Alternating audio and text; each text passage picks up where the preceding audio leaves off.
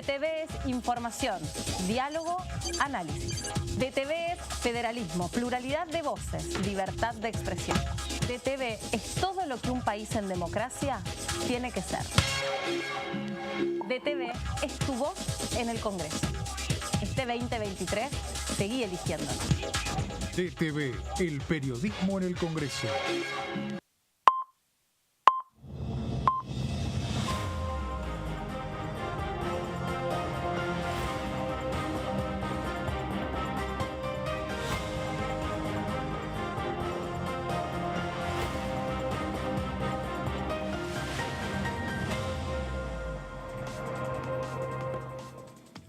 Hola, bienvenidos, ¿cómo les va? ¿Cómo están? Esta es la segunda edición de DTV. Acá estamos para poder recoger todo lo que pasó en las comisiones del día de hoy, de ayer, también un poco pensar cuáles son los temas que se podrían incluir en una próxima sesión. Este es el deseo del Frente de Todos y hay que ver si efectivamente la semana que viene se puede avanzar en una sesión con algunos temas que hay que ver si se puede dar la negociación o no para que sean incluidos todos los que desea el Frente de Todos. Hola Leo, ¿cómo va? ¿Cómo te va, Meli? ¿Qué tal? Buenas tardes. ¿Vos? Exactamente. Muy bien, sí, con estas comisiones, dos que tuvimos a la mañana, discapacidad y relaciones exteriores. Ahora vamos a hablar un poquito de qué trató cada una, sí, y lo que vos decís, lo que puede ser la agenda para la semana que viene si es que hay sesión. Exactamente, Mauri. ¿Cómo estás, Meli? Sí, ayer estuvimos pasillando con el señor Fredes para ver si había alguna posibilidad de sesión. Está complejo porque el oficialismo quiere, pero necesita que al menos un sector de la oposición lo acompañe. Y la oposición se está dividiendo en los debates en comisión. Ya vimos ayer un caso con Facundo Manes y la diputada Tabela de Evolución Radical, de Facundo Manes de la UCR. La semana pasada pasó lo mismo con el tema universidades. Bueno, la idea es si la oposición además también quiere dividirse e ir al recinto con una parte de sus miembros y el resto no dar quórum. Este es el debate que hay hoy en los pasillos para saber si la semana que viene reabre el recinto de la Cámara de Diputados. Claro, ¿y la Comisión de Juicio Político también retomaría la semana que viene? El martes 12 por lo menos se anunció, todavía no está convocada, el martes 12 se abría una reunión. En realidad la reunión del martes 12 estaba prevista porque se entendía de que los diputados van a estar acá para sesionar el 13. Hay que ver si eso es así. Exactamente, y en esa próxima sesión ahora también vamos a estar repasando en función de lo que trascendió, no hay ninguna convocatoria todavía para una próxima sesión, pero los temas que se querrían incluir son todos aquellos con los que se puede, con los que se avanzó con dictamen y con los que se pueden incorporar en estos días. Eso también, incluso uniéndolo con lo que nos decía esta semana el diputado Godoy, no me acuerdo si fue esta semana o el viernes, ya no recuerdo, que, bueno, dice, por algo estamos avanzando en reunirnos en comisiones. La idea, obviamente, es dictaminar para poder incorporar estos temas, sobre todo porque tampoco se sabe cuál va a terminar siendo la conformación de la Cámara de Diputados cuando sufre un recambio. La incertidumbre es total porque no sabemos cómo va a ser la composición. Lo que uno presume es que es muy difícil que alguno de los bloques tenga mayoría propia. A veces escucha a uno decir, no, necesitamos mayoría, la vamos a tener. La mayoría propia, algún espacio tendría que sacar el 70-80%. Tendría que mejorar enormemente respecto a lo que fue las primarias, pero enormemente. No, pero para un 70 no saca nadie. Para llegar a mayoría propia. Pero se puede con aliados, se puede aproximar, pero me parece que... Mayoría propia con aliados, ¿sí? Ahí te puedo aceptar. No, bueno, el tema es que si todos retroceden, como pasó según los números de agosto, en octubre todos van a retroceder, todos los bloques, menos La Libertad Avanza. La idea de llegar a una mayoría es imposible, tampoco sabemos quién va a ser el próximo presidente, por lo tanto, la incertidumbre es total y todos están especulando a ver qué pasa el 22 de octubre para ver después quién habla con quién. Bueno, y algo de esto claramente se tradujo ayer en la Comisión de Ciencia y Tecnología. Hablábamos muy interesante de la charla que alcanzamos a tener con su vicepresidenta, con la diputada Mara Brauer, donde decía, bueno, el asunto acá es ver si por primera vez el Congreso va a acompañar una ley, va a votar una ley que prevea un plan nacional para la ciencia, la tecnología y la innovación productiva para el 2030 o hasta el 2030, que no incluya solamente un próximo gobierno, sino que lo que incluya es como un nuevo mundo en el que vamos a estar todos, independientemente de quién nos gobierne, porque dice, hasta aquí todas las decisiones que se tomaban en relación a el mundo de la ciencia, la tecnología y de la innovación, son todas cosas que parecen conceptos abstractos y lejanos. Abstractos, lejanos o hasta parecidos, pero no son parecidos. Y son todos los conceptos son todas las diagonales que atraviesan nuestra vida. La ciencia en un montón de aspectos, la tecnología ni que hablar, que ha cambiado nuestra forma de vivir, y la innovación. La innovación es el concepto por excelencia, no hay posibilidad de pensar a la Argentina sin dialogar acerca de esto, me parece, ¿no? ¿Cómo vamos y en qué sentido vamos a crecer y qué leyes vamos a incluir para acompañar esto? Sí, lo decía Facundo Manes, también el presidente de la comisión, que educación y pobreza también, o sea, se solucionan desde la ciencia, la tecnología y la innovación, que no se puede disociar esas dos cosas, y lo marcaba entre sus argumentos para acompañar el proyecto.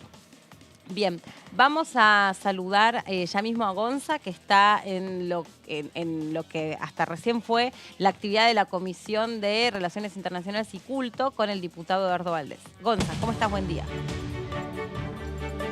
Buen día, Meli. Un saludo para vos, para Gracias. Leo, para Mauri allí en el piso. Nosotros nos encontramos aquí con el presidente de esta Comisión de Relaciones Exteriores y Culto, Eduardo Valdés. Y cuéntenos, diputado, ¿por qué la importancia de que hoy haya estado, por ejemplo, el secretario de Culto de la Nación, Guillermo Oliveri, representantes de distintas entidades religiosas? Cuéntenos un poquito qué cree usted para destacar sobre los invitados y sobre todo por esta reunión. ¿Cómo le va?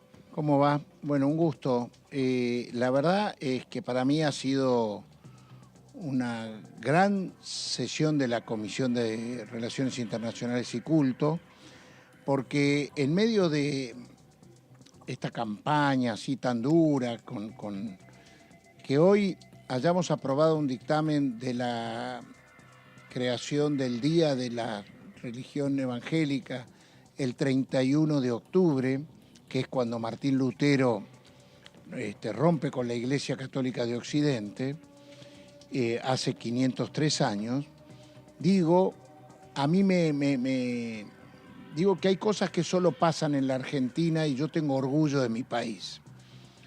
Que 3 diputados católicos, Vanessa Macetani, Rosana Chala y Agostina Propato, con una diputada evangélica, o sea, son 4 proyectos los que planteaban lo mismo, pero de los cuales 3 son católicos y 1 es evangélica, y con una vicepresidenta, Zoraida Zucaría, que es musulmana.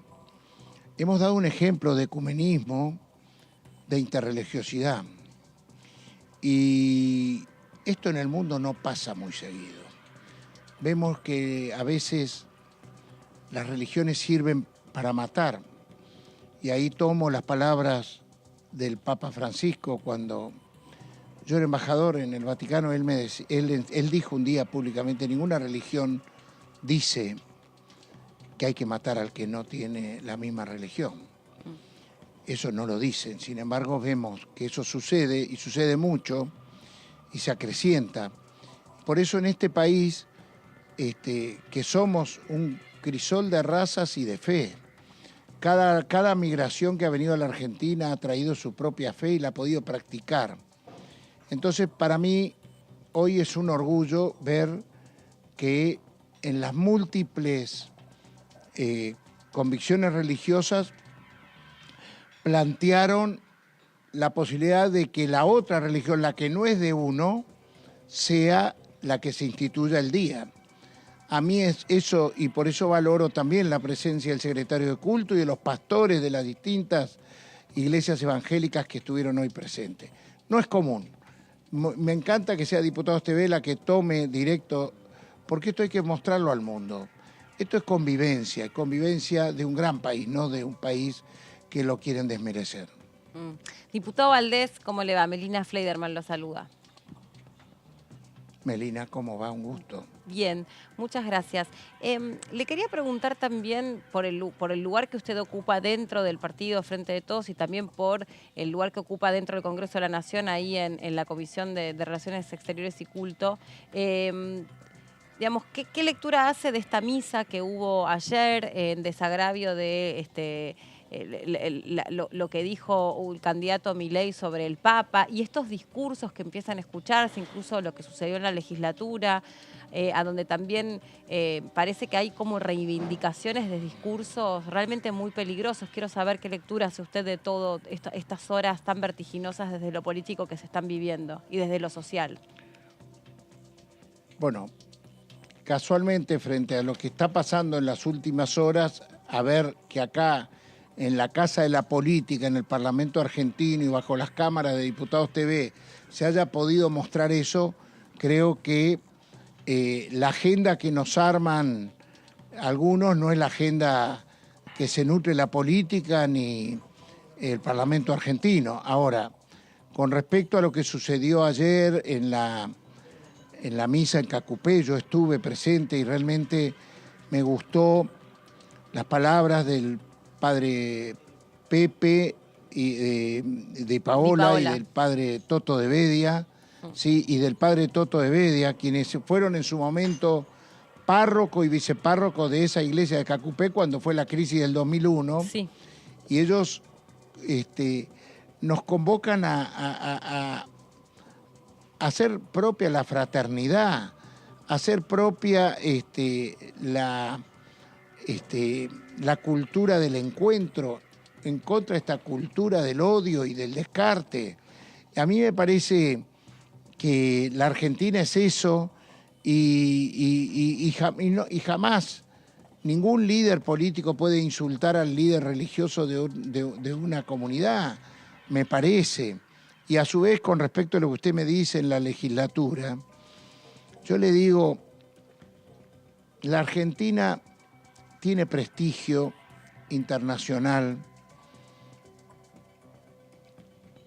Lo digo y a su vez me pregunto, sí, ¿por la acción de las abuelas de Plaza de Mayo o por la acción, cuál es la imagen positiva, o por la acción de los secuestradores, de los nietos que son recuperados por la organización que nació al calor del drama argentino, que había personas, mujeres desaparecidas, palabra que solo surge en la Argentina como término de esos años horribles, del año 76 al 83, que el propio Videla, quien era el jefe de ese, reconoció que existían, desapareció en un reportaje que le hace el periodista Seferino Riato, desmintiendo sus propias palabras anteriores cuando decía que eran una entelequia, que no sabía. Él reconoce que existieron los desaparecidos porque los tuvieron que hacer desaparecer porque tenían miedo a que eran líderes sociales que podían generar protestas. Así lo dice, creo, Videla cuando Reato lo entrevista en un libro y está el video.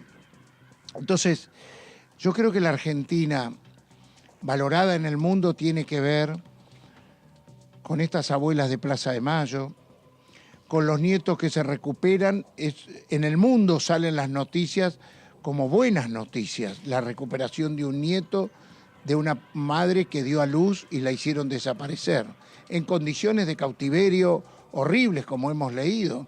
Y a su vez también hay instituciones que han crecido al calor de este drama, como fue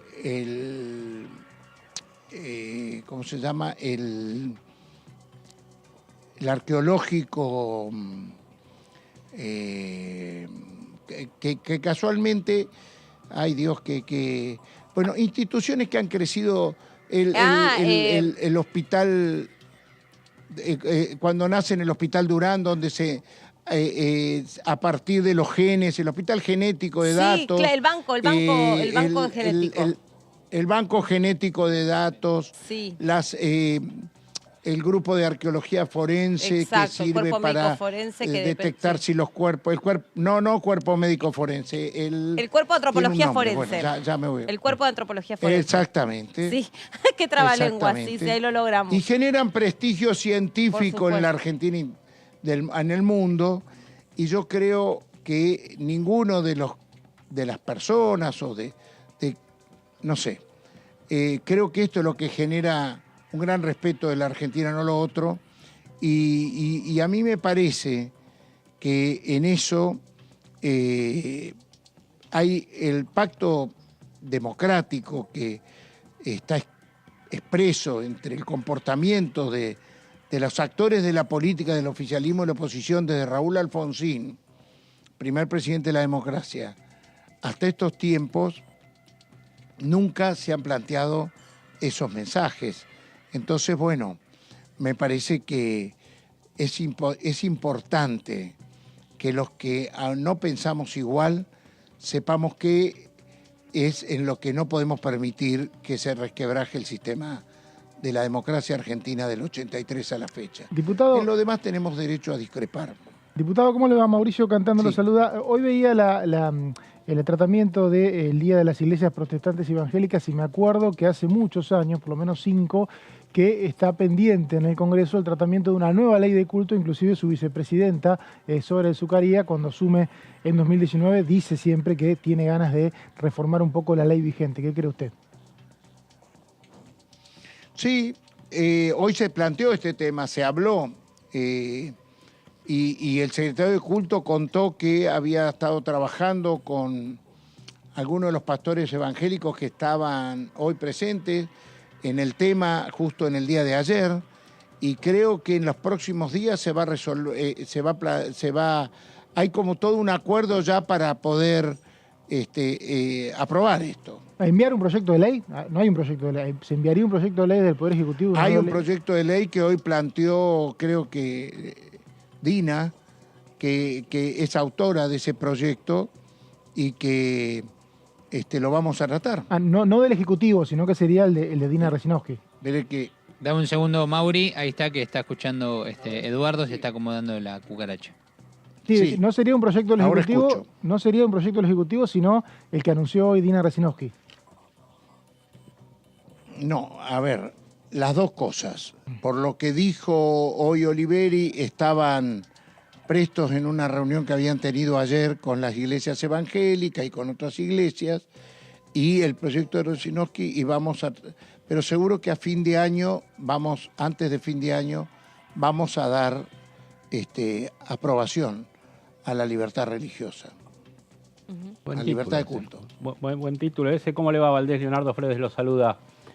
Le consulto. En el temario, pues estaba viendo el temario y qué mejor que resumirlo de primera mano, ¿no? Había también un proyecto sobre la creación de la Agencia Antártica, que creo que volvió para estudio de asesores, pero bueno, más o menos saber de qué va eso. Y también otro sobre el final para hacer un registro de entidades solidarias y sin fines de lucro. ¿Eso también quedó en suspenso todavía? Sí, bueno, no, creo que había otras cosas. En el último, en el de las entidades solidarias, estaba pendiente el paso en otra comisión. Lo pidió Heller, sí, es verdad. Sí, respecto del tema antártico, el proyecto del diputado Frigerio de Tierra del Fuego, le hemos dado curso a la Cancillería Argentina para que dictamine, y para el Ministerio de Defensa, que tienen que ver con el tema antártico. Y por supuesto, terminado ese dictamen, vamos a aprobarlo. Muy bien. Diputado Valdés, también a lo largo de estos días se escuchó, y lo he visto que también estuvo presente en esa cena que hubo en Parque Norte, a donde Sergio Massa, el candidato a presidente de Frente de Todos, les habló a empresarios, a dirigentes sindicales, a ustedes también, los diputados y diputadas de la Nación, sobre el país, ¿no?, que pretende gobernar, y hablaba así como, bueno, no solamente de aunar la mayor cantidad de fuerzas posibles, sino de ya no pensar en binomios, ¿no?, o en antinomios. Se le cayó de vuelta el retorno. A ver, vamos a esperar. Sí, ahí está escuchando, de nuevo. Sí. Está arisco mi... A mí me pasa lo mismo. Sí, que que Sergio Massa iba bien, iba entendiendo. Sí, que claro, igual yo hice una pausa porque me di cuenta que se había chispoteado el auricular. No, decía que decía que ya no quería más pensar, si eres el próximo presidente, en que por un lado va a estar el campo y por el otro lado la industria, que por un lado van a estar los recursos naturales y por el otro lado los talentos de exportación, que como que empezara a dejarse de plantear todo en antinomias, ¿no? Quería consultarle en este sentido qué agenda hay que impulsar desde ahora para poder facilitar todo ese entramado que Sergio Massa va a necesitar como futuro posible presidente de los argentinos. Bueno, me gusta esta pregunta porque casualmente creo que lo que practicamos recién en la Comisión de Relaciones Exteriores tiene que ver con la agenda que imagina Sergio Massa. En ese mismo discurso, Sergio habló de que para un argentino no debe haber nada mejor que otro argentino.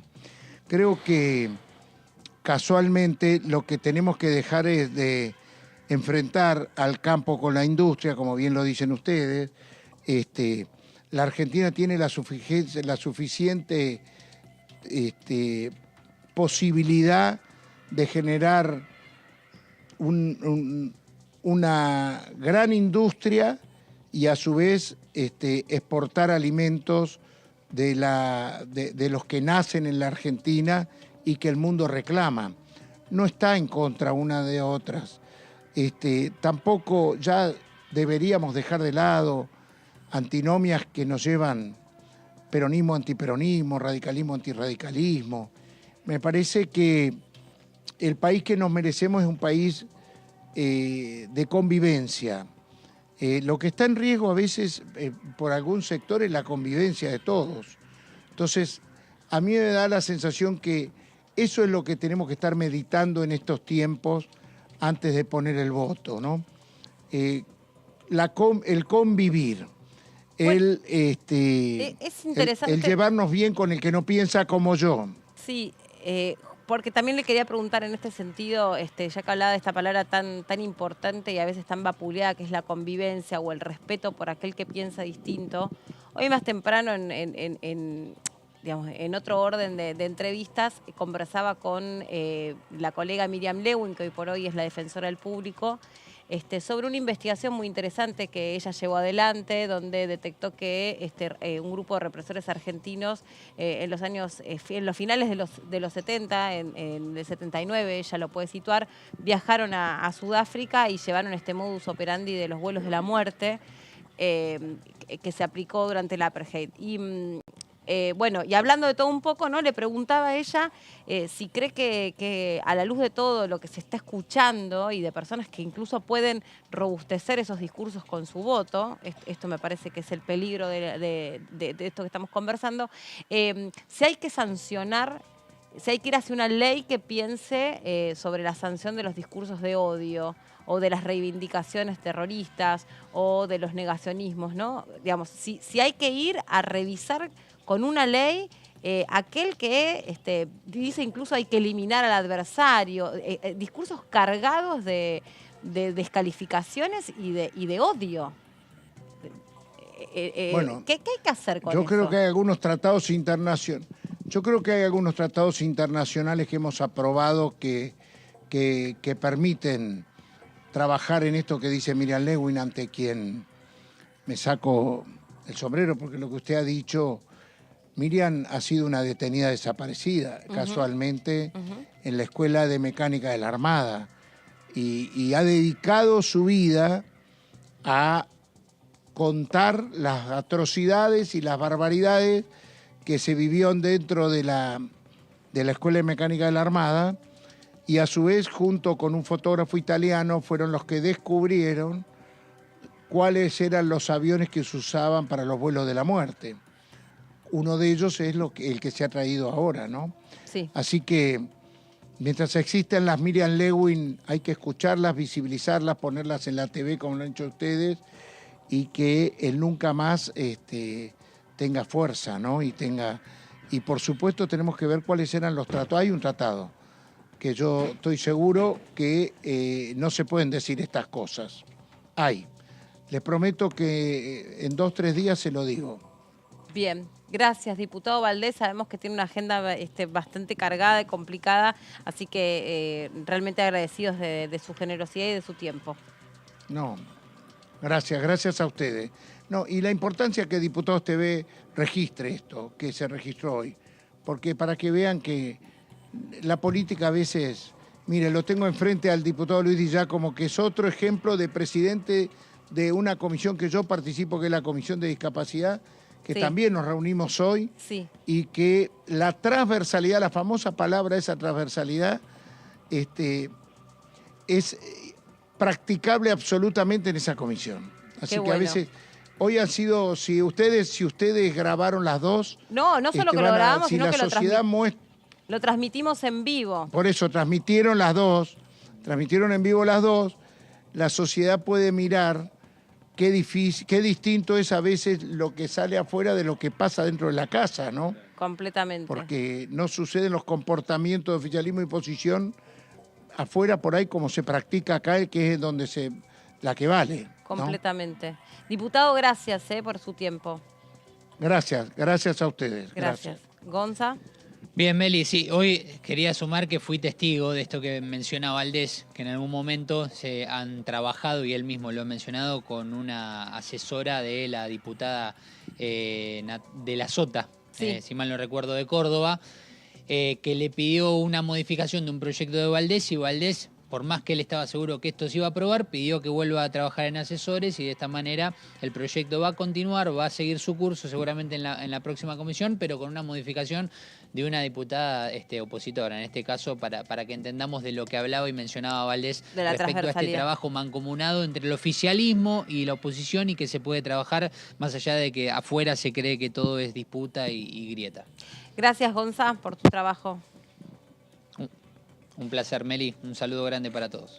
Bueno, y esto contamos nosotros muchas veces, ¿no? Ahí donde se construyen algunos discursos, el Congreso está parado, el Congreso no funciona, el Congreso no saca leyes, el Congreso tiene una enorme distancia respecto de los temas que le importan a las personas.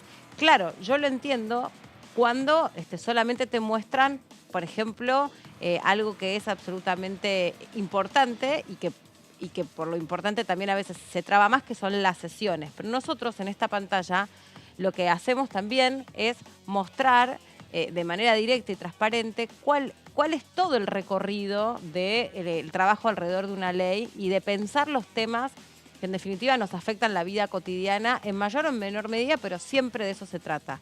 Y ese es el trabajo de las comisiones, ese es el valor que tiene esta pantalla, que ahora da la posibilidad de transmitir, ahora no, desde hace un tiempo, de transmitir en vivo, de darle tiempo a los diputados y a las diputadas, no importa el partido que representen, tiempo para que cuenten sus proyectos, para que piensen y nos cuenten y reflexionen abiertamente sobre este momento político que estamos viviendo, en un momento y en un año donde uno podría realmente coincidir que la actividad baja cuando es un año de elecciones, pero no significa que no se esté trabajando o que no se esté pensando o no se esté tratando de desarrollar actividad que vaya de la mano de los cambios sociales que se van realizando. Obvio, los cambios sociales van a una velocidad de la luz, a la velocidad del sonido, y los cambios de las instituciones, bueno, son cambios un poco más lentos, que requieren de acuerdos, de negociaciones, que dependen también, por supuesto, del momento político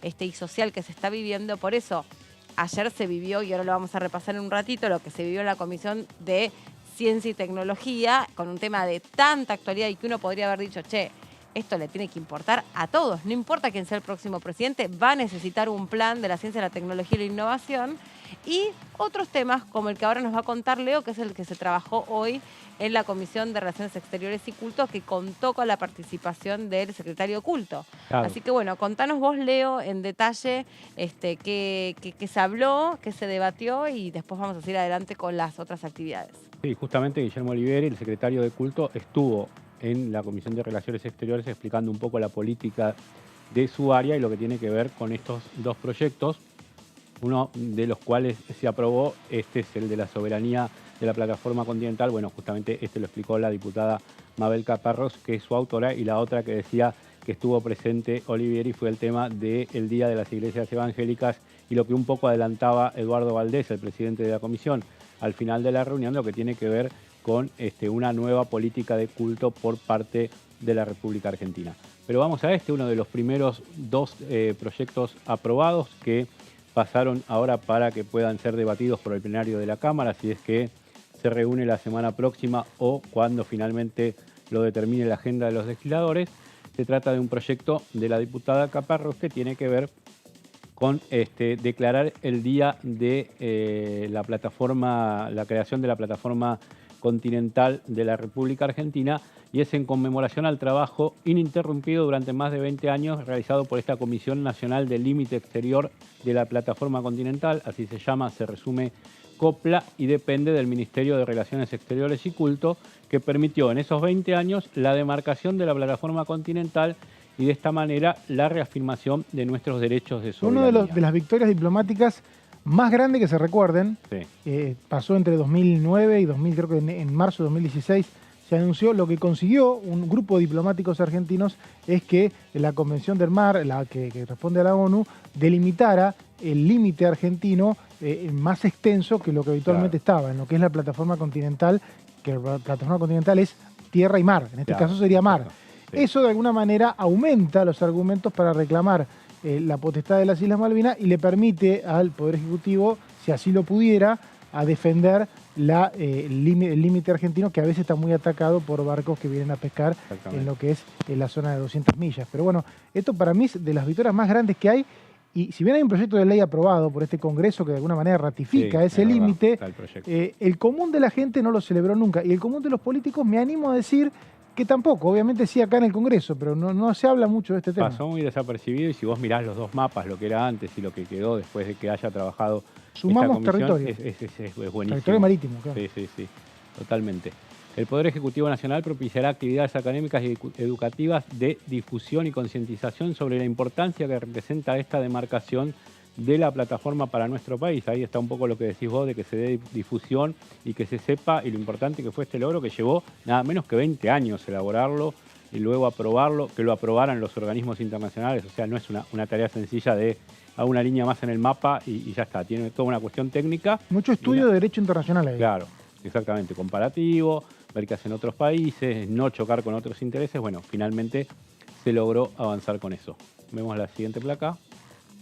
Bueno, se instituye también en otro de los proyectos que decíamos y que mencionábamos, y que por eso estuvo Olivieri aquí, el secretario de Culto, un poco presenciando este debate que ya estaba zanjado entre asesores y que se coronó finalmente hoy en la comisión, instituir el 31 de agosto como el Día Nacional de las Iglesias Evangélicas y Protestantes en conmemoración del inicio de la Reforma Protestante. Aquí hay 4 proyectos y lo marcaba Eduardo Valdés, de Vanessa Macetani del Frente de Todos santafesina, Agustina Propato del Frente de Todos bonaerense y Rosana Yala tucumana también del Frente de Todos. Las 3 católicas, decía Eduardo Valdés durante el debate en comisión, y Dina Resinovsky, que es del PRO y que es del sector evangélico. Y se marcaba la importancia de que 3 católicas estén avalando que se instituya este día de evangélicos y protestantes. En otra placa vemos un poquito de qué se trata esta reforma, porque básicamente lo que dice el proyecto es instituir el día y hace en los fundamentos de las diputadas, hace un poco un raconto de lo que fue toda esta reforma luterana. Fue un movimiento religioso surgido en el siglo XVI que ocasionó la ruptura de la cristianidad occidental entre católicos y protestantes. Allí, en el seno de la Iglesia, surgieron voces como la de Lutero que exigían una reforma para recuperar las enseñanzas de cristianismo primitivo. Este monje agustino alemán dará origen al luteranismo, una de las ramas principales del emergente protestantismo. Lutero y Calvino. Exactamente, era así como lo estudiábamos. La reforma de Lutero favoreció el nacimiento de nuevas ramas del protestantismo, como el calvinismo de Juan Calvino o el anabaptismo, y marcaría un antes y después en la historia europea y en la historia mundial. Muy bien. Así bueno, ahí estaba y reconocía... Una breve síntesis, y le agrego, si hacemos un repaso de lo que fue la comisión, y se lo preguntamos a Valdés. Sí. El Instituto Antártico pretende reunir a 3 organismos que hay sobre el tema Antártida, Uno es el Consejo, creo, el Instituto, se pretenden reunir en uno solo, y lo que propone Federico Frigerio, el diputado nacional del PRO de Tierra del Fuego, es que la sede sea en la Antártida. Que no dependa todo 3 organismos de Buenos Aires para manejar algo que está a miles de kilómetros, claro, y que la base es la Antártida, pues es el Instituto Antártico. Dice, por ejemplo, que el rompehielos Irizar está parado en Buenos Aires entre 4 y 6 meses al año, y que eso tendría que estar en la zona de Ushuaia o de Tierra del Fuego para la operatividad y para que las directivas surjan de allí y se haga el procedimiento y la práctica desde allí y no desde Buenos Aires. Bueno, como ese ejemplo, como las misiones antárticas, como un montón de otras cosas, propone ese proyecto. Valdés dijo, se remitió para que los ministerios de Defensa y Relaciones Exteriores den su punto de vista sobre el mismo. Me quedo con la palabra convivencia, ¿no?, que usó el diputado Valdés cuando hablaba recién con nosotros. Reconocer la pluralidad de credos, darles a todos la misma importancia, la misma entidad, no tener que andar explicando todo el tiempo que desde la reforma de la Constitución de 1994 este es un Estado laico, donde se respetan todos los credos, donde quien se convierte en el próximo presidente de la Nación, por ejemplo, ya no tiene que ser como condición católico. Esto es algo que uno a veces se encuentra todavía explicando. Ah, no tiene que ser católico. Ah, pero ¿qué?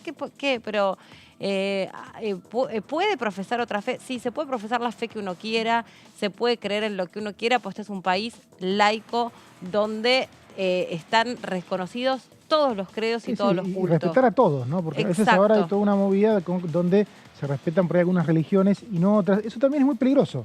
Hay que respetar a todas, absolutamente todas.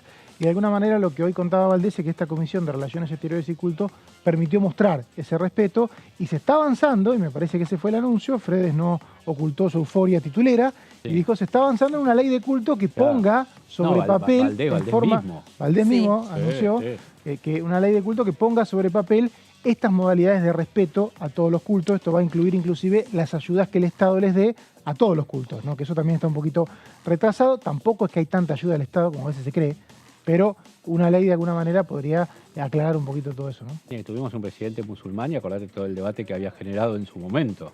Sí. Después, bueno, se zanjó y quedó, pero cuando Carlos Menem llegó a la presidencia había todo un debate sobre el tema. Sí, por supuesto, y recuerden que cuando falleció también todo el último adiós que se le brindó estaba en relación o en sintonía con el credo que él profesaba. Vamos a compartir un resumen, un tape con ustedes y en un ratito nos seguimos acomodando y les contamos la información parlamentaria necesaria. Lo que yo más escucho son cuestiones relacionadas con el trabajo y cuestiones relacionadas con la seguridad. Son los dos ítems que a mí en lo personal me aparecen con mayor cantidad. Si lo comparo con campañas de hace 20 años, ahí aparecía el tema de la asistencia alimentaria claramente como uno de los principales requerimientos. Sí.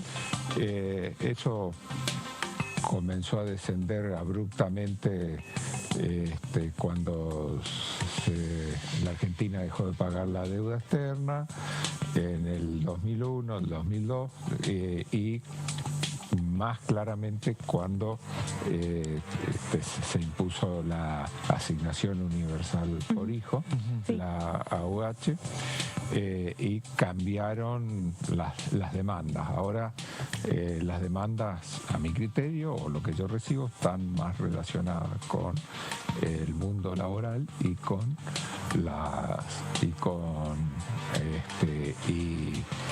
la seguridad, no tanto con la asistencia alimentaria. Ahora, por ejemplo, el Ministerio de Economía nos pide que se haga un blanqueo de capitales que permita a la Argentina recuperar los 20.000 millones de dólares que no ingresaron por la sequía. Tuvimos la sequía más más grande en 100 años. Eso afectó nuestra principal exportación, que son los granos. No ingresaron 20.000 millones, eso puso en serio riesgo la estabilidad macroeconómica. Y bueno, una de las formas de recaudar ese dinero que no está es a través de un blanqueo. Eso es lo que hoy estuvimos tratando. Muy bien, ya estamos con el diputado Pablo Carro aquí en el piso, al frente de todos, para seguir conversando y seguir dialogando. Bueno, mientras nuestros compañeros le hacían algunas preguntas, diputado, ¿cómo está? Ahí, todos queremos saber qué va a pasar, cómo ve todo. Bueno, pero ya nos metemos estrictamente en lo parlamentario, pero le pregunto, ayer quedó lanzado el Frente Cultural Federal. Sí. ¿Qué es? Mira, es una iniciativa de la que participan muchos ministros de Cultura provinciales, José Lo Schwab de Mendoza, Pini Herrera de La Rioja, Tete Romero de Chaco, de Salta, de otras provincias, de la que participaron los institutos, de la que participó la televisión pública. Digamos, nosotros entendemos que los cambios tecnológicos que se vienen sucediendo en el mundo necesitan una actualización legislativa, claro. Y en parte tiene que ver con esto. A ver, te digo cuál es el contexto. Viene ocurriendo que la publicidad de los medios tradicionales, que por ley de medios, de servicios de comunicación audiovisual, pagan impuestos y esos impuestos se distribuyen en el Instituto del Teatro, de la Música, medios comunitarios, etc. La publicidad viene migrando hacia las plataformas.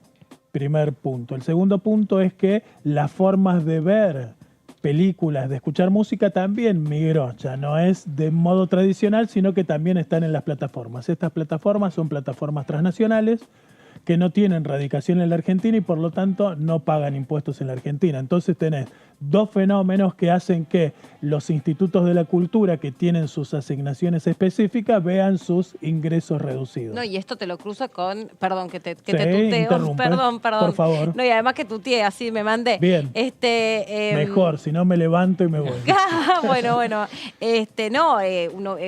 algunos actores que han salido a decir que realmente la estaban pasando muy mal, actuando en plazas, diciendo que, no sé, de repente sus carreras se vieron notablemente afectadas porque ya casi no hay producciones nacionales artísticas. Pablo Echarri vino aquí al Congreso también con su propia... Tenés el caso de la ley del cine, por ejemplo. Eso. La ley del cine Yo le dije la ley Echarri, porque me acuerdo que acá estaba... La ley del cine establece que el 10% de las entradas de cine y el 10% del alquiler de videos, no sé si te dice algo para las nuevas generaciones, seguramente ni entenderán de qué hablan, va al fondo del Inca para el cine. Está claro que hoy, primero, se va mucho menos al cine en forma tradicional, se sigue manteniendo, hay un público para el cine, pero eso ha caído, y ya no se alquilan videos ni DVD. Esas tecnologías han quedado... Ni sé de lo que me hablas, no sé, de otra época. Entonces, prehistórica. Una fuente de ingresos muy importante para el cine se vio disminuida. Claro. Si los medios tradicionales pierden la publicidad, entonces tienen menos ingresos, se aporta menos por ley de servicios de comunicación audiovisual. Y tenés esta cuestión de las plataformas. Nosotros entendemos que si estas plataformas fueran encuadradas como servicios de comunicación audiovisual, que es lo que brindan, pienso en Netflix o Spotify, ocurrirían dos cosas importantes. Una, que tributen en la Argentina y entonces de ese tributo sale para el Instituto de la Música, del Teatro, para los medios comunitarios, para la televisión pública. Y al mismo tiempo tienen que cumplir con otras cosas que establece la ley, que es, por ejemplo, cuota de pantalla. Entonces, que en el catálogo de esas plataformas vos puedas ver películas argentinas, pero no solo películas argentinas, porque muchas de estas plataformas te contratan viejas series argentinas y te las suben al catálogo, sino que también haya estrenos, que haya películas independientes. Si nosotros logramos eso, no solo tenés más recursos para... los institutos de cultura en general, sino que tenés más cine, más audiovisual. Pensá esta otra cosa. Hace rato que los medios tradicionales ya no estrenan ficción. No hay series como había antes. No, se compra la novela brasilera, la turca, que la rompe y ya está. Entonces tenés salida de dólares por ahí. Por el otro lado, las nuevas series se estrenan en plataformas, que también es otra salida de dólares del país. Bueno, nosotros necesitamos que eso tenga retorno. Y otro punto importante que también lanzamos desde este Frente Cultura Federal tiene que ver con la vieja ley que gira fondos para las bibliotecas populares y para el teatro, que es sobre los impuestos que pagan los juegos de azar. Los juegos de azar también se han modificado mucho tecnológicamente. Ya no vas al casino tradicional como antes, ni siquiera las maquinitas, sino que hoy el juego es online. Está en el celular. De vuelta, tenés plataformas, hay algunas nacionales, pero las más importantes son transnacionales, no tributan en la Argentina. Si nosotros podemos encuadrar bien a esas plataformas, lograríamos que entonces también las bibliotecas populares, el cine, el teatro, la música y la danza, porque nosotros tenemos una deuda pendiente, que es la creación del Instituto de la Danza. Sí. Con este proyecto de ley ya estamos planteando que haya una parte de esa asignación que esté prevista para la danza, que se administre a través del Ministerio de Cultura hasta que exista. Entonces, ¿qué reclamamos desde este lanzamiento? Perdóname que termino. No, al contrario. Políticas federales. Porque la mayor parte del dinero del cine que se hace queda en el AMBA. Nosotros necesitamos una regulación de tipo asimétrica para que lo que se hace en términos de financiamiento de la cultura se haga acá y se haga en el resto del país. ¿Por qué? Porque hay escenarios naturales que son hermosos en toda la Argentina, pero además hay talentos en toda la Argentina. Productores, actores, músicos, los que están detrás de cámara, técnicos.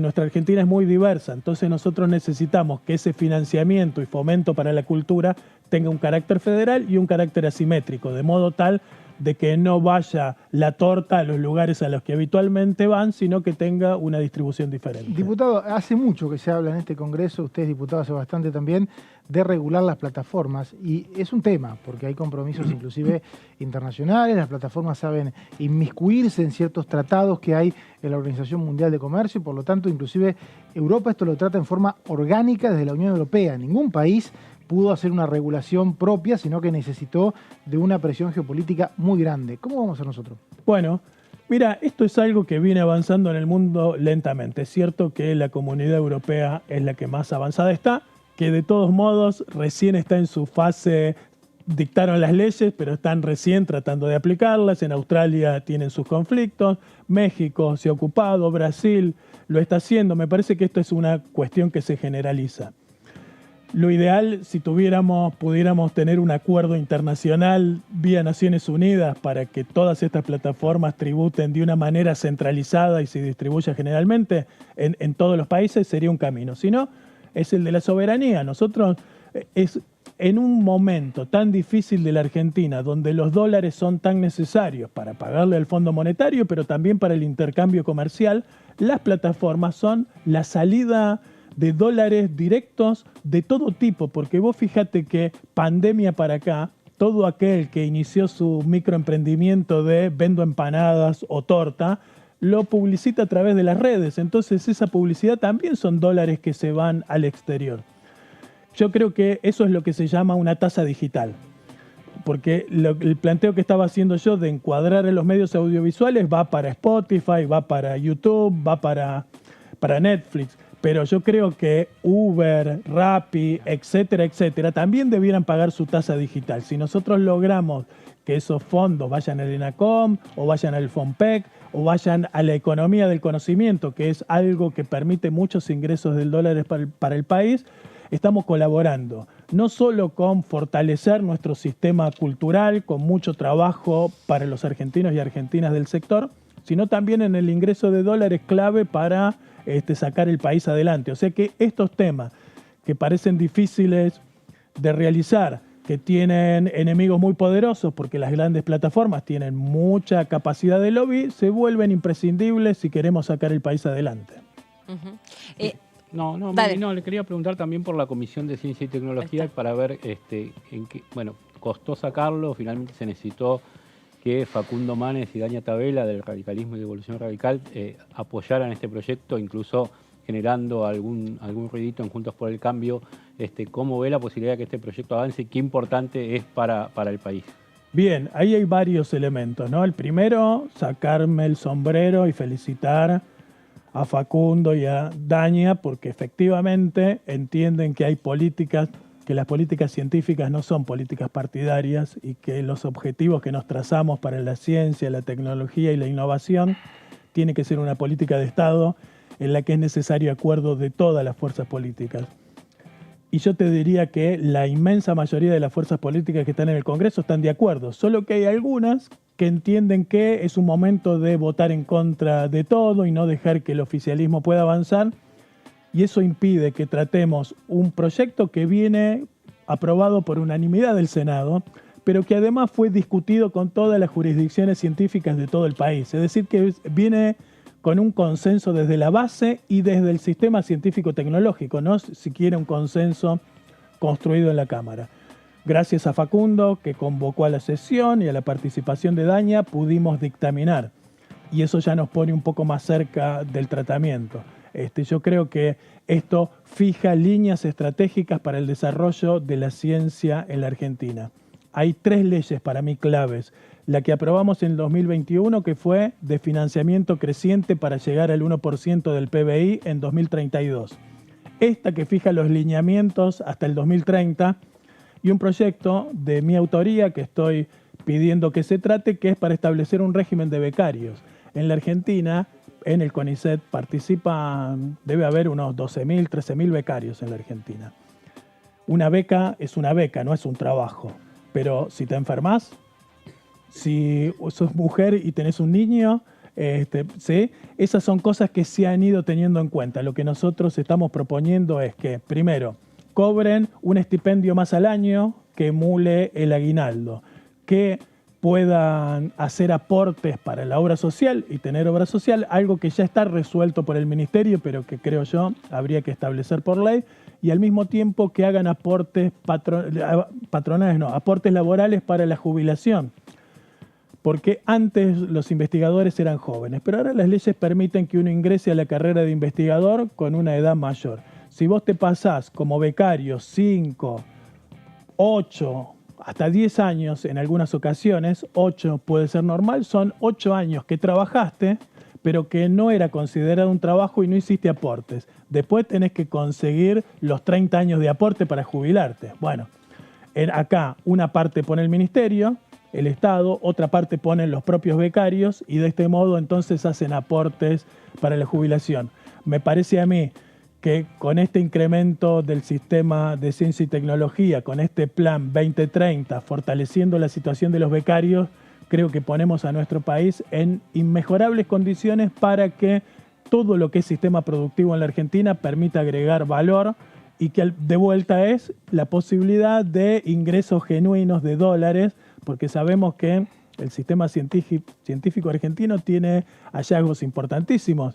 El doctor Rabinovich hace muy poquito descubrió en lo que se llama los tratamientos para el cáncer autoinmunes, es decir, cómo colaborás para que tu propio organismo combata el cáncer, una investigación que lleva 30 años en la Argentina, pero que ahora lanzan una empresa mixta para producir algo que es absolutamente innovador en toda la Argentina. Pero después, lo que es la producción de vacunas para enfermedades propias que existen en nuestro país y demás. Tenemos una gran masa crítica de científicos en la Argentina que hay que potenciar para también agregar valor que nos permitan un mayor ingreso de dólares para sacar a la Argentina del estancamiento que tenemos. Espero que prontamente podamos llevarlo a recinto. Diputado, hay un tema que venimos hablando acá, por lo menos nos venimos chocando cuando hablamos con los diputados. Recuerda el diputado Albor Cantar, que fue secretario de Políticas Universitarias, también fue compañero suyo acá, un diputado radical, y él hablaba, Argentina va a tener que empezar a discutir que las carreras universitarias no pueden tener alumnos 10, 12 años para recibirse, porque quedamos atrás de las maestrías. Eso hay que acomodarlo de alguna manera. Hace poco comparativamente con la región. Comparativamente con todo el mundo. Claro. Con la región y fuera de la región. Hace poco escuchamos, creo, algunos funcionarios nacionales del Ministerio de Educación que también hablaron de ese tema. ¿Se puede organizar? Porque en definitiva las universidades, si bien son autónomas, su órgano de contralor termina siendo el Congreso. ¿Qué opina usted? Me parece que es un tema que hay que discutir sin ninguna duda. Después te agrego una lista de peros que tienen que ver con la particularidad argentina. No existe sistema universitario público en el mundo como el argentino. ¿Sí? Digo, le saca ventaja de todos lados. ¿Por qué? Porque, por ejemplo, Brasil, para poner un caso cercano, tiene un sistema universitario muy importante donde genera muchos recursos, pero la pirámide no es una pirámide, no, es la torre de Pisa. Entran una cantidad y después son súper científicos con grandes salarios muy chiquitos. Nosotros tenemos un sistema educativo... La carrera de medicina en Brasil es para millonarios, por eso vienen nosotros a estudiar tenemos un sistema educativo que es amplísimo en la base. Cualquiera que quiera ingresar a una universidad pública tiene derecho a hacerlo.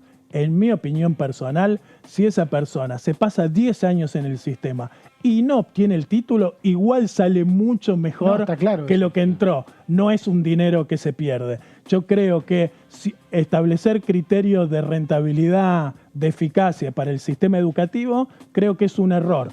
Lo que pasa es que todo el mundo va a unas encuestas comparativas de sistemas de ranking de universidades y entonces todos queremos estar bien posicionados o adaptarnos al sistema Bolonia europeo de carreras cortas. ¿Pero por qué piensan en carreras cortas? Porque el posgrado es un negocio.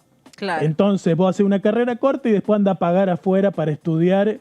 Nosotros tenemos carreras largas que yo defiendo porque son gratuitas, porque cuando pasás al posgrado es un posgrado que tenés que pagar. Salvo que seas docente de la universidad, que entonces ese doctorado es gratuito, tenés que pagar. Entonces yo digo, ¿carreras más cortas? Sí, pensando en el mercado, en la salida laboral de los profesionales o los científicos que formás, pero ojo, no para adaptarnos a los criterios del sistema, porque entonces vos pones mucha guita para formar profesionales de excelencia que después se te van por pocos dólares a trabajar a otros lugares del mundo para generar patentes de las grandes empresas, pienso, de las bioquímicas o las farmacéuticas. Entonces, atenti.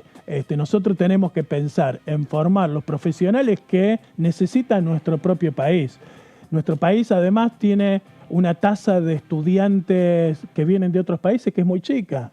Se habla mucho de los que vienen a estudiar de afuera, pero en la práctica es muy pequeña. Entonces yo prefiero ser un país líder en Latinoamérica que tiene una oferta educativa amplia que permite que cualquier piba de nuestra Argentina que pueda pasar 1 año, 2 años en la universidad, te juro que sale mejor, sin importar si logra un título. Si a eso le podemos dar un título técnico, intermedio, para que tenga una salida laboral y le permita insertarse, bien, trabajamos en esa dirección. Si es para adaptarnos a lo que nos piden en el mundo, en función de los negocios del mundo, y mucho más en la Organización Mundial de Comercio, que es a donde nos quieren llevar, que la UNESCO, que es donde nosotros queremos discutir la educación, entonces ahí atentos, discutamos, hay que discutir, hay mucho que corregir en el sistema educativo argentino, hay mucho que discutir en las universidades, pero con una mirada propia en función de la resolución de nuestros propios problemas. Gracias por haber venido, diputado. No, un gusto. Muy amable. Tenemos que hacer una pausa cortita y en un ratito seguimos con la segunda edición de DTV. Ya venimos.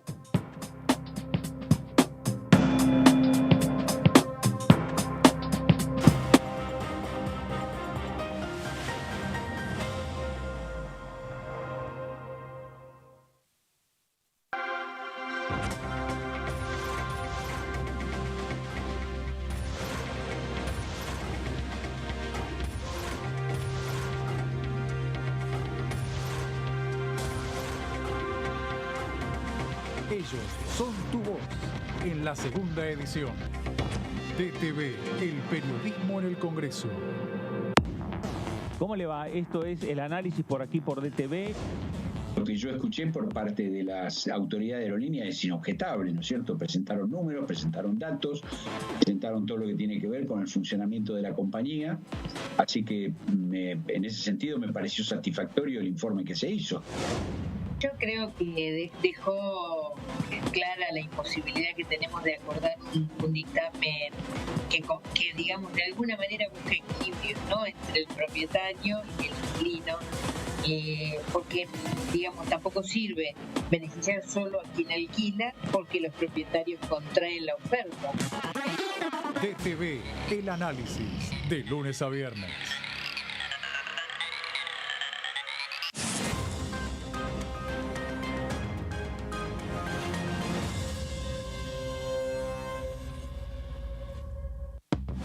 Aumentamos 6% el consumo privado durante 2023, acumulando 27 meses consecutivos de crecimiento. Y detrás de ese dato, la economía argentina sigue expandiéndose.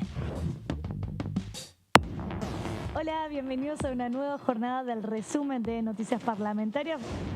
Tema del consenso que tiene que haber en un Congreso que se maneja con minorías. Y justamente de las leyes que estamos hablando, las leyes sociales, son leyes que llegaron al recinto con enorme consenso y que, bueno, se traduce en las votaciones. DTV, el resumen, de lunes a viernes.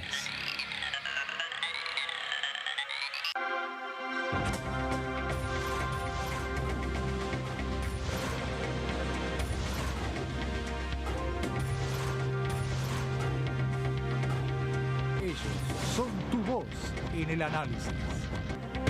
DTV, el periodismo en el Congreso. ¿Cómo andan? Bienvenidos, bienvenidas. Aquí estamos en la tercera edición. Justamente en el proyecto nuestro que hemos presentado, colocamos esta idea, ¿no?, del impuesto a la vivienda ociosa, porque entendemos que el incentivo fiscal no es más que seguir llenando los bolsillos de los especuladores inmobiliarios. Seguro, medidas imprescindibles a la hora de compensar los efectos de la devaluación y sobre todo los efectos de la suba de precios, que casi fue inmediata, del 100% sobre, no de la devaluación del 20, sino del 100 sobre los productos. Entonces, bueno, me parece necesario. DTV, tercera edición, de lunes a viernes. Este es el gasoducto Presidente Néstor Kirchner, una obra de escala mundial realizada en tiempo récord, que unirá la energía de Vaca Muerta con todo el país. Innovaciones, tecnología, cientos de kilómetros de acero y miles de trabajadoras y trabajadores. Esta megaestructura alimentará la llama del país, uniéndonos con nuestros seres queridos, acelerando la economía, ahorrando divisas, con desarrollo, con federalismo, con soberanía y orgullo. Gasoducto Presidente Néstor Kirchner. Mueve energía, mueve al país.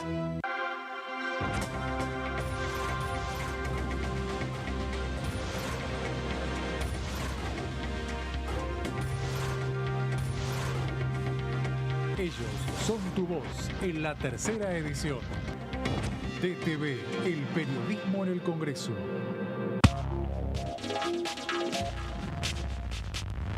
DTV es diálogo, análisis, información. DTV es pluralidad de voces, federalismo, libertad de expresión. DTV es todo lo que un país en democracia tiene que ser. DTV es tu voz en el Congreso. Este 2023 seguí eligiéndonos. DTV, el periodismo en el Congreso.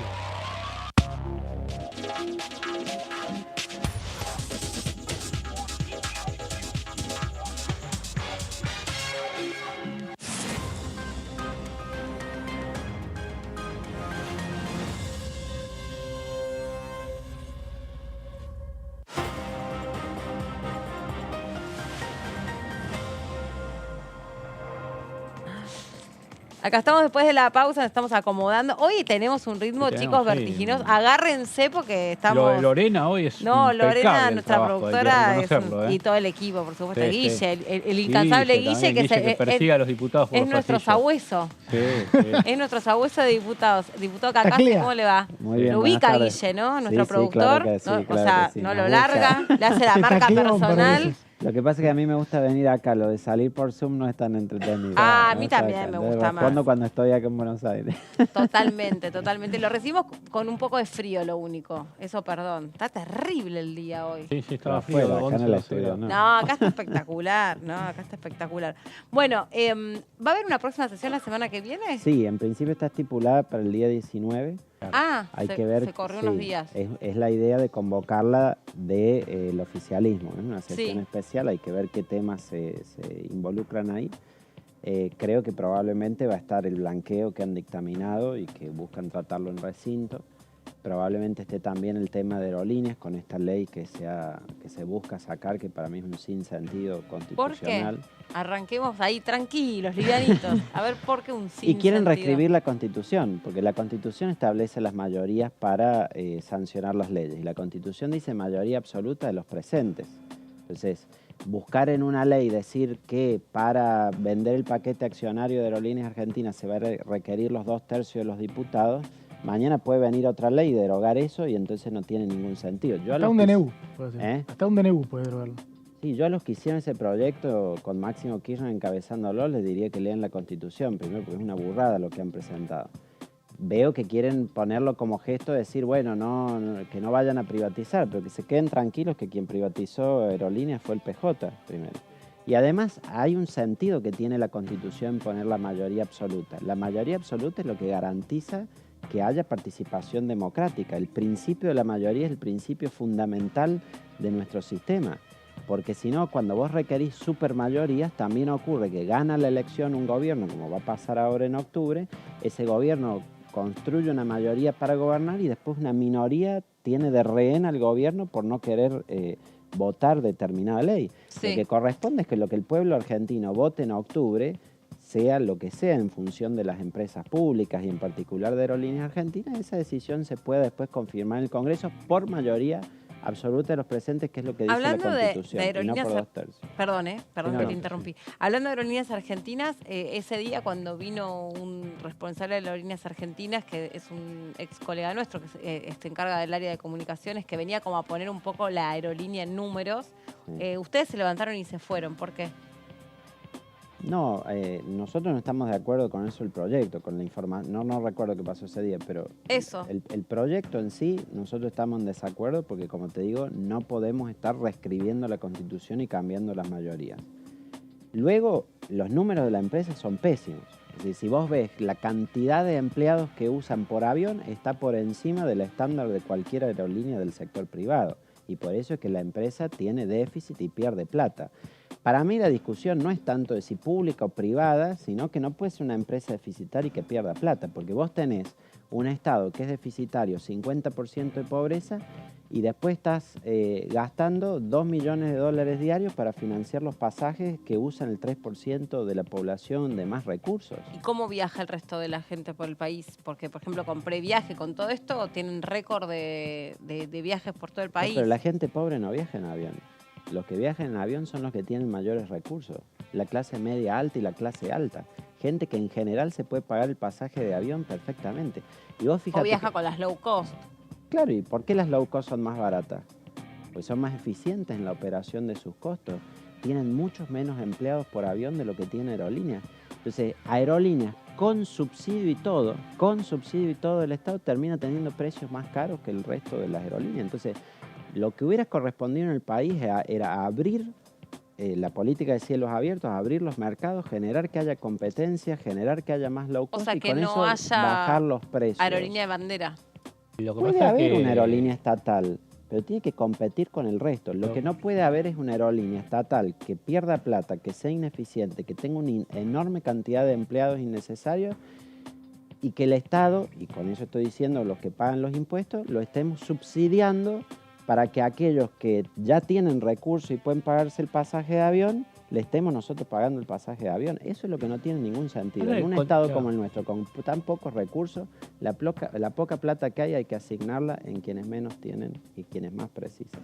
No, decía, vos en cielos abiertos vas a tener una competencia bárbara en Iguazú, Calafate, Bariloche, y por ahí ninguno te va a Catamarca o a algún lugar que tenga poca demanda, digamos, que no justifique, o algún otro a Santa Rosa La Pampa, por ahí no te van un avión si vos lo dejás librado al mercado. Entonces, primero, ¿cómo articulás eso? Digo, como pasa con las telefónicas o con el cable, que en los pueblos del interior siga habiendo cooperativas, porque ningún grande de los operadores se mete porque son miles de kilómetros de cable que no les da para lo que después ganancia. Primero que cuando vos bajás los costos y hasta los haces competitivos con otros mecanismos, con otros medios alternativos de transporte, podés tener en localidades chicas el transporte igual. Es decir, vos vas a otros países y tenés en ciudades de 50.000 habitantes, 40.000 habitantes, también tenés aeropuerto y también tenés vuelos, pero porque se logra bajar sustancialmente los costos. Ahora, Yo, por ejemplo, soy de San Luis. Obviamente no voy a pedir que desde San Luis haya la misma cantidad de frecuencia de vuelos que hay desde Mendoza, porque la otra es una ciudad mucho más grande, que tiene mucho más flujo comercial, que recibe más inversiones y demás. Entonces, obviamente que la asignación de vuelos va a ser de acuerdo a eso. Tener una idea de que todas las capitales del país, sean grandes, chicas, productivas, no tengan actividad económica o no, van a tener la misma cantidad de vuelos, obviamente que no se puede, porque responde a la demanda que cada uno tiene. Pero que la provisión de servicios tenga que ver con la demanda que hay, es lo lógico y es como el mercado debe funcionar porque muestra que se está asignando eficientemente los recursos. Cuando vos, aún no habiendo demanda, ofreces un servicio, lo haces a costa de subsidiarlo y en eso se está perdiendo muchísima plata. Diputado, hay temas que Evolución Radical sí parece estar de acuerdo con temas de gobierno, que son la creación de universidades y el plan tecnológico. Los dos casos tuvo la firma de algunos diputados de Evolución. ¿Le parece que si esto va al recinto, el bloque puede acompañar? A ver, nosotros no vamos a entrar en lo que hace el kirchnerismo muchas veces, que nos mete 5 temas que no estamos de acuerdo y después porque hay un tema que estamos de acuerdo quiere que demos quórum por todo el paquete. Eso no va a pasar. Eso no va a pasar. Si hay 5 más 1 y ese 1 o 5 más 2, no daría quórum en el bloque. No, porque además ya nos los han hecho todo el año pasado y no dimos quórum en ninguna de esas oportunidades. Mira, en el tema que vos dijiste de universidades, lo que se hizo fue volver a dictaminar lo que ya tenía dictamen y se había caído, que tiene que ver, en el caso de nuestro bloque Evolución, con universidades que ya tienen dictamen sobre la factibilidad de la viabilidad del SIN, otorgado el Consejo Interuniversitario Nacional, por la aprobación de todos los rectores, es decir, que hay un estudio serio hecho detrás de eso, no involucra a todas las universidades que el kirchnerismo quiere hacer su aprobación. Y en el otro era un trabajo que se venía haciendo de ciencia y técnica hace tiempo, que no tiene que ver con un compromiso de recursos tampoco, sino que tiene que ver con una estrategia hacia el futuro del desarrollo de la ciencia y técnica en nuestro país y que la miembro de nuestro bloque allí en educación, que es Dania Tabela, ha participado de eso. Ahora, no va a servir eso para que nosotros le demos quórum por el blanqueo, por tratar esto de aerolíneas y otras cosas con las que no estamos de acuerdo. No va a salir, digamos, no sé cuál sería el problema. Si el blanqueo no tiene los votos, te votan en contra y no sale. No, bueno, porque hay leyes que pueden ellos tener más votos que nosotros, pero no tener el quórum propio. Entonces vos dándole el quórum facilitas que salgan. En lo del blanqueo, por ejemplo, no hay nada que me parezca más desatinado en este momento en la Argentina que el proyecto ese de blanqueo. Pero si hay muchos dólares fugados y que no están y que se necesitan. Porque nosotros no podemos estar dando superpromos a los evasores todo el tiempo, primero. Es decir, nosotros si queremos generar cultura tributaria, tienen que ir las personas y pagar los impuestos. No puede ser que aquel que no paga, que no cumple, que hace trampa al Estado, siempre le estemos dando ventajas y beneficios. Porque en definitiva es eso. El blanqueo, ¿qué es? Es que aquel que no pagó los impuestos, que no declaró sus activos, que debiera pagar ganancias, IVA, otros impuestos, multas por haber hecho eso, ahora le liberamos todas esas condenas para que ingresando un poquito de plata lo liberamos de todo. Por eso yo le dije en la comisión, super promo para los evasores. Pero lo que noto además que el gobierno... Pero una pregunta ahí. Digamos, si no, ¿cómo traes ese dinero de afuera?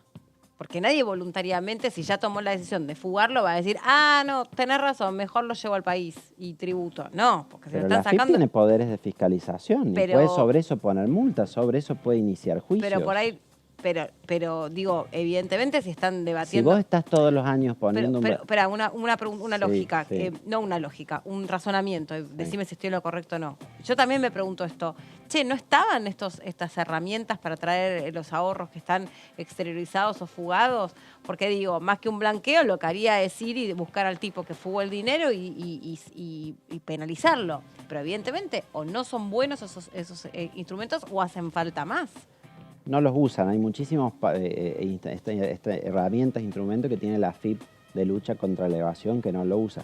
Pero yo te pregunto lo siguiente, pensando en los incentivos hacia adelante, si vos sos la persona que está por infringir las normas tributarias, que querés evadir, que querés no pagar, que querés fugar el dinero y demás, si vos sabés que vivís en un país que todos los años te da un blanqueo, y lo haces tranquilamente, lo fugás. Porque no tenés ninguna sanción. En definitiva, aquel que va a decir, si total el año que viene... Es una bisagra lo que está diciendo, porque todos los gobiernos tuvieron un blanqueo, y si se adopta lo que usted dice, no hay que hacerlo. No hay ninguno más. Incluyo esto para el mío, creo que no hay que hacerlo. Rompemos la cultura tributaria con esos blanqueos permanentes, Entonces le termina dando la certeza a quien evade de que más adelante lo van a salvar. Y de que le va a llegar un blanqueo con el que no va a tener que pagar nada. Encima los reciclan todo el tiempo, porque yo veo, que se dictaminó el otro día, lo presentaron como algo nuevo. En realidad, lo habíamos tratado hace poco en la comisión. Vino, si te acordás, como media sanción del Senado y se llamaba el proyecto de ley de cancelación de deuda con el FMI. No era exactamente igual. El fondo era para lo mismo, fondo. era lo mismo. ¿No? Le recaudabas en dólares, este recaudabas en pesos. Le cambiaron la alícuota. Y pero era lo mismo. En dólares. No, incluye los mismos bienes, incluye los mismos bienes, se omiten los mismos impuestos. Y no está el delator. Y no está el delator. Sí, eso es verdad. No lo incluyeron a la figura del buchón.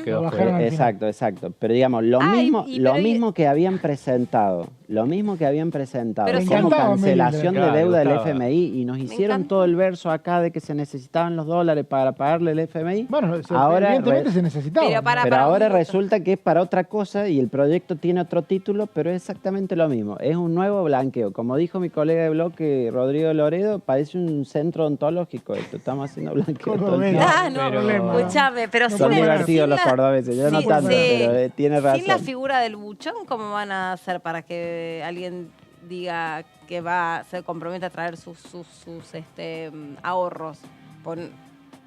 De nuevo, o sea, no estamos hablando de 2 mangos. Porque no te penalizan. No, claro.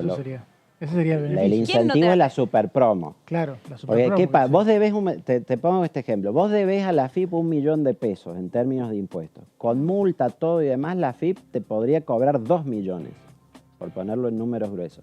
Y acá te está diciendo, che, si pones 200, te lo arreglamos. Entonces, en vez de deber... Te tapamos la caries con Claro, si vos debes 2 millones y te pueden hacer juicio por los 2 millones, acá con 200 te lo arreglamos y te sacamos todas las sacan la figura del... El nombre correcto de la ley es super promo para los evasores. No, se agrega supuestamente lo de esto de que ya hay intercambio de información con Estados Unidos que se podría utilizar, entonces medio que a los que están afuera evadiendo les dicen, ojo que vamos a ver ese listado y después de que no se acogen a este blanqueo, podemos utilizar esa información. Esto es lo que difiere un poco de los anteriores, si se quiere. Sí, bueno, entonces hay un buchón encubierto. Pero teniendo el acuerdo de intercambio de información con Estados Unidos, podés ya tener las herramientas para saber quién tiene esos bienes en el exterior, quién tiene cuentas en el exterior, y ya cobrarle esas penalidades sin necesidad de darles ningún blanqueo. Sí, en definitiva, el acuerdo de intercambio de información con Estados Unidos es una herramienta adicional que hoy la AFIP tiene para poder perseguir esa evasión. Por eso no entiendo por qué, teniendo las herramientas para perseguir la evasión, le hacemos un descuento tan brutal a quien evade. ¿Seguís defendiendo la dolarización? Siempre. Solo en el... Está solo. Es más, el diputado Javier Milei no presentó ningún proyecto. No, ayer... Ya Milei se retrajo ya de la dolarización, no, porque dijo algo así. De Milei está acá. No, dijo algo así Milei, como no, él tiene la convicción de que él dolarizaría, lo que pasa es que no hay dólares. ¿Qué novedad? Milei siempre dijo canasta. Mira, te voy a contar lo siguiente. Milei siempre habló de competencia de monedas, eso lo debo reconocer. Si vos ves sus libros y todo, él siempre defendió la competencia de monedas, que es distinto de la dolarización. Claro. Yo un día lo llamé a Milei, me acuerdo fue un viernes, y le dije, mira Javier, tengo este proyecto de ley, me gustaría que lo veas así como se lo mandé a todos los economistas de la Cámara. Me dijo, mira, me parece muy interesante lo que hiciste, Alejandro, déjame que te doy mi opinión, dame el fin de semana. Yo esperé el fin de semana. El lunes él no me llamó y fue el programa de Viviana Canosa y dijo, si soy presidente voy a dolarizar la economía argentina. Mira, y ahí cambió. Y después le puso uno de sus perros cacase. No creo. Él cambió de decir competencia de monedas a decir dolarización. Pero él no cree en la dolarización, porque la dolarización, ¿qué es? Es un proceso que desde el Estado se sustituye una moneda por otra, que es lo que yo propuse en el Congreso, dolarización oficial, liquidar el peso, establecer el dólar como moneda oficial. Pero el dólar se va a ir a 40.000 pesos con lo que vos proponés. Espera que establezco esta diferencia. La competencia de monedas, que es lo que él propone, significa que vos ponés a todas las monedas a circular y competir, incluida el peso. Y ahí es donde yo difiero con Milei, porque el peso no está en condiciones de competir con nada. Porque el peso no lo quiere nadie. Entonces, si vos pones al peso a competir con el resto de las monedas, te van a elegir cualquier otra, el dólar, el euro, bueno, ya sabemos que los argentinos eligen el dólar, y el peso se lo van a sacar de encima. Entonces, La competencia de monedas, incluyendo al peso, termina en la destrucción del peso. Él lo sabe, por eso dice, en la práctica la competencia de monedas va a terminar en la dolarización.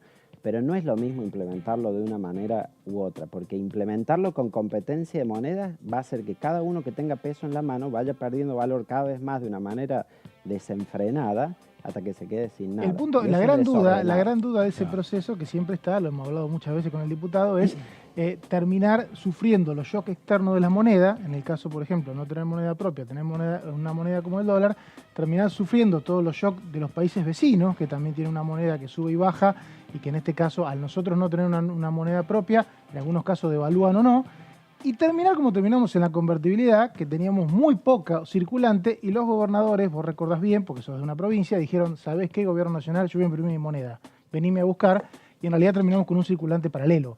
¿Cómo hacer para no terminar así? Esa misma pregunta se la hago habitualmente a los amigos libertarios y ahora te la hago vos. ¿Tenés amigos libertarios? Bueno, son representantes de esta Cámara. Sí. No sabe que eran amigos. Me consta. Primero te digo, no hay ningún shock que sepa que nosotros resistamos. Nos pegan todos de lleno. O sea que es cierto que con la dolarización podría pasar, pero con el régimen cambiario que tenemos actualmente no veo ningún shock que nosotros aguantemos. Nos pegan todos de lleno.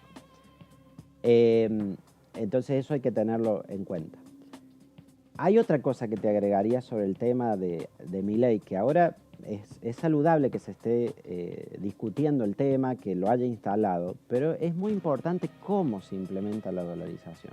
Porque para que una dolarización funcione bien, vos la tenés que hacer con apertura del comercio exterior, con, por supuesto, disciplina fiscal también. Tenés que hacer reformas estructurales sobre la economía, sobre la legislación laboral, las regulaciones. Y sobre todo tenés que reformar el sistema bancario. Porque cuando vos no podés imprimir tu moneda, no podés tener la función del Banco Central de prestamista de última instancia. Esto es una cosa fundamental. ¿Qué significa? Cuando un banco no tiene liquidez, vos vas a buscar los depósitos y la plata no la tiene, el banco evita una corrida bancaria porque le pide al Banco Central el dinero. ¿Está? Si vos no tenés Banco Central y no podés emitir dinero porque tenés el dólar, cuando vayan al banco a buscar los dólares, si no los tiene, no tiene a dónde recurrir. Por eso es que necesariamente la dolarización la tenés que hacer con una reforma bancaria, que es lo que yo propuse, por ejemplo, internacionalizando la banca. O es lo que el propio Milei en algún momento dijo, hay que hacer la banca Simon, que es retener el 100% de los ahorros dentro del banco. Pero como él va cambiando de su propuesta, tiene toda la semana una distinta. Es genial porque el libro de él lo mostró Tetá, en 3 partes del libro dice 3 cosas distintas sobre la dolarización.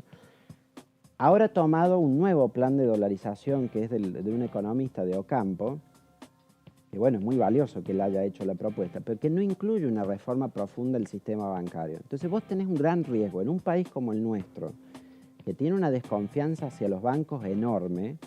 Si vos dolarizás, pero sin reformar el sistema bancario, podés perfectamente tener una corrida contra los depósitos. Y eso Milei no lo dice, eso Milei no lo advierte, no tiene una respuesta a eso.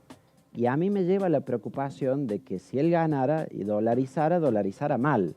Y si nosotros dolarizamos mal, vamos a haber sido el único país del mundo que explote todas sus opciones de política cambiaria habidas y por haber y que no le funcione ninguna, ¿entendés? Lo mismo en esta discusión de siempre si no hay dólares, no hay dólares más, es obvio que si los dólares no están en las reservas implica la dolarización un endeudamiento o pedir los dólares de alguna parte, cosa que él tampoco lo advierte. Entonces, lo que yo planteo, ustedes me dicen, ¿seguís creyendo en cosas? Sí, definitivamente lo sigo haciendo. Pero si lo hacemos hay que hacerlo bien. Y no está debatiendo Milei todas esas aristas, creo que por sus propios cambios de posición, constantes idas y vueltas con el tema, en el que no expone todos los problemas o cuestiones que hay que considerar en la implementación de una dolarización. Gracias por haber venido. Gracias a ustedes. Y no me imagino un perro igual, como economista, pero bueno, yo No, porque además son todos economistas liberales y de nombre inglés, así que no cabe el mío ahí. Sí, tendremos que hacer una pequeña reformita en el apellido y en otras cosas, ¿no? En otras cosas. Pero bueno, el resto Ya sabes, cualquier cosa. Gracias, por haber venido. Bueno, vamos a seguir nosotros, avanzamos en lo que se viene aquí en el Congreso, seguimos entonces pensando cuáles pueden ser los temas que se incluyan en la próxima sesión, y lo que vamos a hacer es repasar lo que sucedió en el programa Mundo Villa. Todo eso tiene que ver con las prioridades de los gobiernos, ¿no? Tanto a nivel municipal como a nivel provincia. Te puedo decir desde el Chaco que bueno, hay una asistencia a través de los colegios, que es lo que se brinda la principal asistencia, tanto alimentaria como sanitaria, por la prevención que se hace hacia la niñez. Y sí hay un esfuerzo muy grande por tratar de no quedarse atrás con la brecha digital, que a todos los sectores populares tengan acceso por lo menos a una computadora. Fue muy bien recibido, las instalaciones de las estaciones gratuitas de internet, hay pueblos del impenetrable que hoy estás en la plaza están todas las chicas, los chicos con un teléfono celular. No ¿Llega internet al impenetrable? Sí, llega internet. Fue una decisión del gobernador Capitanich que llegue, y en cualquier plaza de los pueblos o poblados del impenetrable vas a tener internet gratuita. Bueno, esas son niños, niñas, la mayoría de los usuarios de ese servicio. Acá estamos de regreso después de lo que dejaba la entrevista al diputado Pedrini ahí en Mundo Villa, también analizando un poco lo que dejó las entrevistas anteriores. ¿Qué creen que va a pasar con esta sesión? Bueno, que estaba prevista para unos días antes, ahora la ponen como fecha el 19, recién le estaban preguntando off the record algunas cuestiones al diputado Cacasa, así que no contestó ninguna. Ventilaremos. Creemos que no contestó no ninguna. ventilaremos. Los camarines. Como casi todas las preguntas sobre récord que uno hace, no contestó.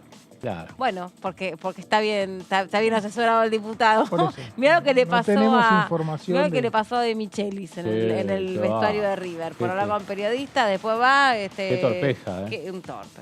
No, y parte del equipo también, no solo de Micheli, parte del ¿No sabías lo que le pasó a De Micheli? Sí, por ahí, pero no. Se le quebró el vestuario, como se dice. Se le quebró el vestuario porque hizo un off bastante amplio, parece que no todo... No se hace. Gané dos partidos seguidos, por primera vez en el año me va a estar preocupando por De Micheli, por favor. Soy independiente. Por eso trajo la corbata alusiva, cantando. Por eso traigo la corbata roja. Decíamos, el martes 19 habría sesión. Se me ocurre que van a priorizar proyectos donde ya hay un consenso, ¿no? Que son el plan tecnológico que se aprobó ayer y la creación de universidades, más algunos de estos temas, por ejemplo, que surgieron hoy en la Comisión de Relaciones Exteriores y de Discapacidad, más algunos temas pendientes en la Comisión de Salud. No creo que incorporen proyectos que puedan alterar el quórum. Les quiero contar algo al público, ¿no? Bueno, entonces ayer estábamos, le dimos el pase a la Comisión de Ciencia y Tecnología y notábamos... Claro, estábamos acá de este lado con la transmisión y notábamos el gesto del diputado Manés. Muy serio, yo diría, más que serio, se le notaba embroncado. Sí. Y se mandó un speech donde yo no, bueno, pocas veces lo había escuchado así, enojado, y decíamos, ¿hay quórum? ¿No hay quórum? Había un costado de la comisión, que era justamente el costado de los diputados que responden a su propio espacio político, que no estaban. Faltaban 13.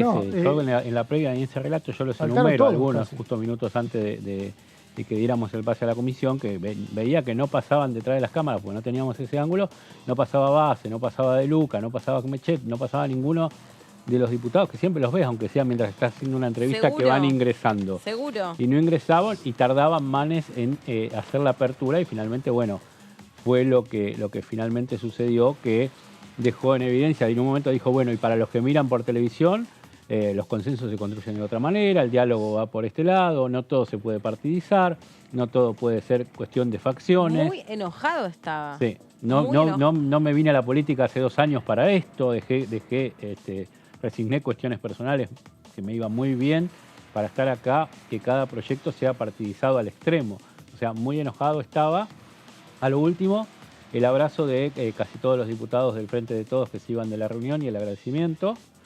Y estuvo todo el año, Leo y Meli, estuvo todo el año en Manes esperando este momento. Estuvo todo el año negociando cambios, se hicieron cambios a través de un apéndice, no se puede cambiar el proyecto porque tiene que volver al Senado, pero va a haber un apéndice, el plan va a tener un apéndice que trabajó Manes con el ministro Daniel Filmus, y estuvo todo el año Manes recibiendo un poco la presión interna del interbloque de mejor dejarlo pasar, esperar las elecciones, un proyecto que fue aprobado casi por unanimidad en el Senado, o sea que todos los senadores de Frente de Juntos por el Cambio aprobaron, y que podía pasar, y Manes no quiso tener el peso de ser quien frene este proyecto, y por eso ayer fue a la comisión cuando vio que era la última oportunidad, porque ya si no era ayer era muy difícil que después de las elecciones pueda tener quórum, y de alguna manera se desmarcó fuertemente él y Tabela de su bloque, y permitió que este proyecto tenga dictamen. Ahora hay que ver si se aprueba en el recinto. Yo creo que si el jefe del oficialismo, Germán Martínez, es hábil, y lo es, lo puede poner en alguna comisión donde ningún otro tema altere un poco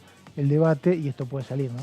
Muy interesante. En una sesión, perdón. Antes de ir a seguir de cerca lo que pasaba en la sesión, compartíamos un informe que preparó Gonza, donde se recuperaba la participación en 2 oportunidades que tuvo el ministro Filmus, que vino a la comisión, que puso toda la cuestión de la ciencia, la tecnología y la innovación sobre el tapete.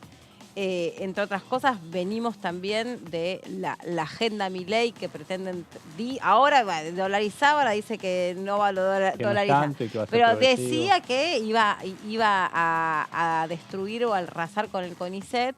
El CONICET que recién también lo hablábamos con el diputado Carro, digamos, es muy importante poder pronunciarse en este sentido y que tu propio espacio político, cuando vos estás diciendo acá hace falta un plan, acá hace falta una ley, un consenso sobre cómo queremos vivir en la Argentina en los próximos 10 años, porque tampoco pensemos que estos son cambios muy a gran escala. O sea, en ciencia, en tecnología, en innovación, cada 5 años tenés avances brutales que te atraviesan y que te cambian por completo la manera de vivir la vida. Entonces, bueno, en este sentido, la verdad que me parece que fue un cachetazo el que recibió Manes. Y hubo a lo último, le dice Germán Martínez, porque hubo un tuit de alguna compañera del bloque de él que no estuvo, y que le decía, Manes, acá en el bloque consultamos a especialistas, a 4 especialistas que vinieron a hablar a nuestro bloque,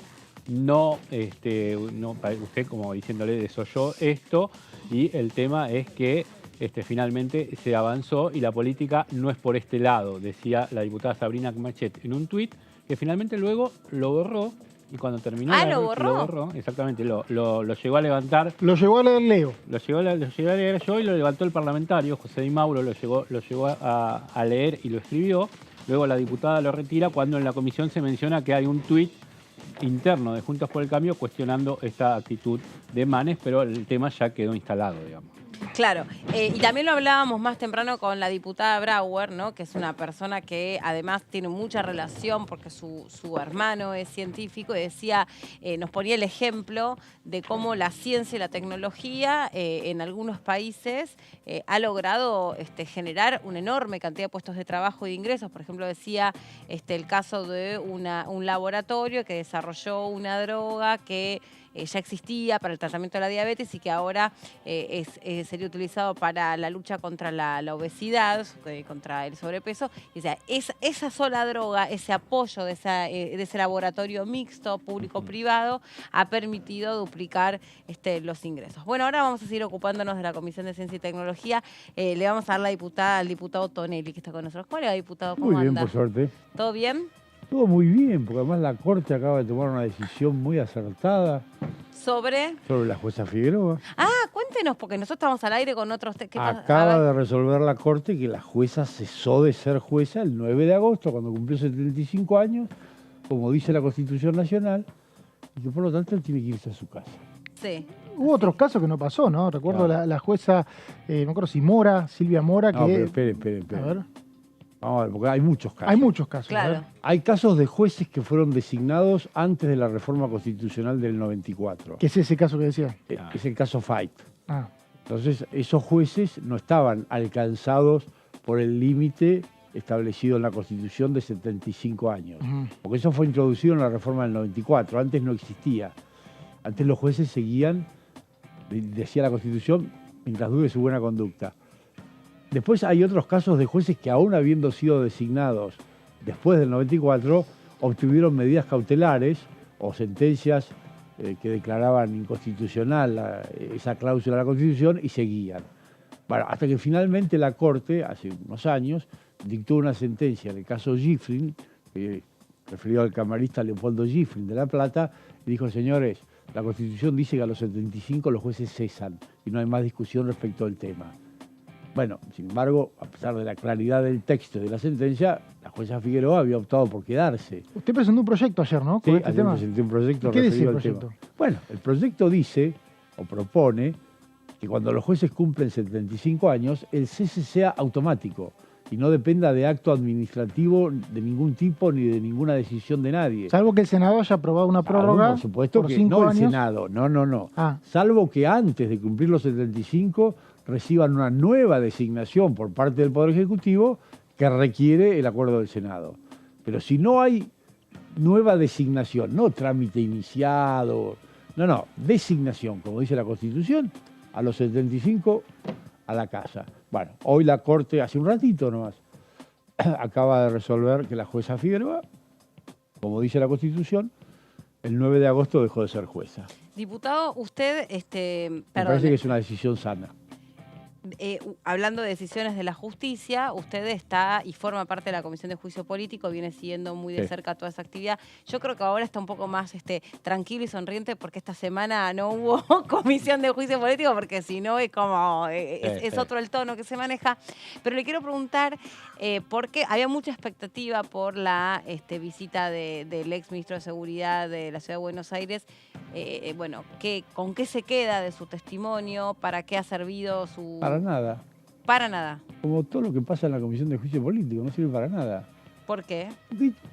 Porque esto se lo debo haber dicho en este programa no menos de 10 veces y otras tantas afuera. Bueno, pues por ahí en la reunión número 20... Por ahí lo fueron cambiando en la reunión 20 opinión, lo convencen y usted dice... Lo convencieron. Claro. Hasta ahora no me han convencido.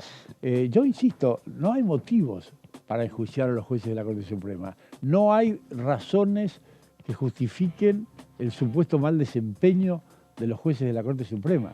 ¿En ninguno de los expedientes? Yo creo que en ninguno de los expedientes. No, pero no está mal que se debata. Porque si no va a quedar cerrada la comisión 20 años porque... No, pero esperen un poquito. Que se debata. Estamos hablando del juicio político a la Corte Suprema de Justicia. Y hay pedidos del más alto tribunal. No se puede someter a juicio político porque a un diputado se le ocurrió no es un juicio político. Es un proceso de acusación. Bien, pero no se puede estar investigando a los jueces inclusive todos los tiene días, presentaciones de su interbloque, como la de coalición cívica. Tiene que haber razones muy serias y muy fundadas para que se investigue tan luego los jueces de la Corte Suprema. Y acá no hay razones ni serias, ni fundadas, ni nada. Es todo un invento, es un show. Pero diputado, perdón, que lo interrumpa. A ver, acá, por ejemplo, entre otras cosas, hubo un chat que se filtró, que se hackeó, que lo que luego se analizará en el ámbito judicial. Ya fue analizado. ¿Qué refiere? ¿Que hubo un hackeo a la línea de... No refiere nada porque la justicia determinó que ese chat era supuesto, aparente, no hay ninguna certeza de que haya existido y además fue obtenido de manera ilegal. Listo, esa listo, parte... punto. Se acabó la historia. No hay chat. No, pero no se puede acabar la historia pero solo ¿cómo vamos a avanzar en una investigación sobre la base de una prueba ilegal? Esto es algo que todos los tribunales del mundo occidental aceptan y aplican. Una prueba obtenida de modo ilegal no sirve. Es lo que en derecho penal se llama el fruto del árbol venenoso. Lo que pasa que ahí, perdón, ¿no? Obviamente yo no soy abogada, yo soy periodista, entonces, digamos, me valgo de los argumentos que fueron vertidos en la comisión y nosotros casi como de testigos. Pero también válganse de los argumentos que vertimos nosotros. Desde ya, si yo no estoy tomando una postura, no, al contrario, pero digo, la diputada, creo que fue la diputada Siley, si mal no recuerdo, en un minuto dice, bueno, ¿saben qué? Le dice a los testigos, dejen de venir acá amparándose en el artículo 18 o en el artículo 8, porque en realidad lo que sucede en la Comisión de Juicio Político no es oponible a lo que sucede en la justicia, no sé, yo le voy a llamar ordinaria, no sé si está bien dicho. en este mismo sentido, yo la verdad no tengo aquí la palabra final sobre la filtración o el hackeo del teléfono celular. Lo que la diputada Silvey pretende es que los testigos se autoincriminen. Pero lo que está explicando ella es que no sucedería eso. Esa explicación es absoluta y totalmente incorrecta y falsa. Ok. Ahora le pregunto, diputado, ¿no? ¿Cómo termina esto? Porque se le está terminando el año parlamentario al frente de todo. ¿Cuántas veces se los dije cómo va a terminar esto? Esto va a terminar exactamente igual que el pedido de juicio político al juez Fay. Eso también integraba la comisión. Claro. Estoy hablando del año 2014. Anabel Fernández Sagasti. Era la presidenta de la comisión. Bien, buena memoria. Sí. ¿Cómo terminó? Un buen día nos citó más a la comisión y no supimos nunca más nada ni del juez Fay, ni de la investigación, ni de Anabel Fernández Sagasti. Mire que a partir de ese proceso después vino el fallo Schifrin, donde definió que no pueden estar después de los 75 años. A veces es bueno que las comisiones... Bueno, pero no tiene nada que ver una cosa con la otra, Mauri. Bueno, no tiene nada que ver una cosa con la otra. No podía estar un juez con 97 años. No, pero eso no tendrá nada que ver con un mal desempeño. Al juez Schifrin... En esa época sí, digamos. No, pero el mal desempeño no tiene nada que ver con la edad de un magistrado. Vamos por parte. Al juez Schifrin, en aquel año 2014, creo que fue el año, o 2013, por ahí, le promovieron el juicio político, por una investigación orientada al juicio político, porque decían que estaba medio chiflado, que estaba mal de salud, que no estaba en sus cabales. Por favor, si había alguien en sus cabales en este país era el juez Fay. Lo de los 75 años es un tema totalmente aparte que no tiene nada que ver. Le quiero preguntar, perdón Mauri que te interrumpa, le quiero preguntar una opinión personal sobre toda esta serie de discursos que empiezan a aparecer, que tuvieron lugar con este acto que ocurrió en la legislatura porteña de cara a lo que me hago cargo de lo que yo interpreto, esto es una opinión personal, hubo una reivindicación de procesos nefastos de nuestra historia. Estoy hablando del acto que llevó adelante la candidata a vicepresidenta de Javier Milei, Victoria Villarroel, en la legislatura. ¿Qué lee usted sobre ese recorte de ese sector de la sociedad que vuelve a tratar de hacer una tarea revisionista y negacionista para mi punto de vista? Pero quiero a mí personalmente me gustaría que ya demos por superado lo que ocurrió en esos años, que fueron efectivamente años nefastos, años de mucho dolor, de mucha pérdida para muchos argentinos y para muchas familias. A mí me gustaría que lo demos por superado y nos dediquemos a los problemas del futuro, sobre todo porque el país tiene muchos problemas. Porque si estuviéramos todos muy bien, sin inflación, con buenos ingresos, buena educación, buena salud, nadie pasara hambre en Argentina, no hubiera pobres, etc. Bueno, podemos discutir de cualquier cosa, incluido lo que pasó en aquellos años. Ahora, con todos los problemas que tenemos por delante, yo personalmente preferiría que el pasado lo dejemos atrás y nos concentremos en el futuro. Ahora, dicho esto, el que quiera decir algo que lo diga, hay libertad de expresión, en la medida que no se cometan delitos, que cada uno diga lo que le parezca. Entonces, a mí me parece que la diputada Villarroel tiene todo el derecho del mundo de expresar su opinión. ¿Y eso no conlleva ningún peligro? Y bueno, es el mismo peligro que conlleva cuando la gente que piensa exactamente lo contrario también hace reivindicaciones y homenajes a quienes participaron de aquellos años tan difíciles. Todos tienen, si se van a expresar, que se expresen todos. Yo no, o sea, ¿no debiera sancionarse los discursos de odio y negacionistas en este país? No me pareció que el discurso de la diputada Villarroel fuera ni de odio ni negacionista. Me parece que lo que la diputada Villarroel hizo, yo no lo vi todo su discurso, vi algunos párrafos en la televisión. Me parece que lo que la diputada Villarroel hizo fue un homenaje a las víctimas, a las personas que habían perdido la vida como consecuencia de acciones terroristas. Y no me parece nada mal eso, y no me parece que eso sea una manifestación de odio ni una manifestación del negacionismo. Diputado, usted se va ahora del Congreso, estamos todos un poco nostálgicos, ¿no? Porque era una figura tan habitual de verla en las comisiones. Pero hace rato que les vengo diciendo... Bueno, yo sigo nostálgico. Bueno, tratalo en terapia. Sí, bueno, con la nostalgia. Tratate de soltar. Mucho tiempo y era un número puesto en el Consejo de la Magistratura. El Consejo de la Magistratura se crea en el 94, nace unos años después, Y el diputado estuvo 7, 8 años, no menos, en el Consejo de la Magistratura, es una de las personas que más conoce ese lugar, y es un organismo del que siempre habla, la gente habitualmente no lo conoce, y me animo a decir, uno de los organismos con más poder que tiene en la Argentina, y más cuestionados también, cuestionados por todos. Si usted tuviera que decir cómo funciona, ¿qué diría? ¿Funciona bien, funciona mal, sirve? ¿Hizo bien en crearse o estaba mejor antes? No sé, todo. La creación del Consejo de la Magistratura fue una pésima idea. Me gusta. De mi queridísimo y admiradísimo Raúl Alfonsín, con quien discrepé desde el primer momento. A mí nunca me gustó el Consejo de la Magistratura. Acuerdo, es muy loco. Es más, siempre digo que el hecho de que yo se haya terminado en el Consejo fue una especie de paradoja de la vida, porque siempre dije que no me gustaba. Eso estaba pensando justamente. ¿Y qué hacía? Y encima tantos años. Una vez que estuve ahí, traté de hacer las cosas lo mejor posible. ¿Por qué cree que no tendría que haber existido? ¿Y por qué Porque cree que el no sistema, funciona? yo les voy a dar un ejemplo, que ya lo he dado muchas veces.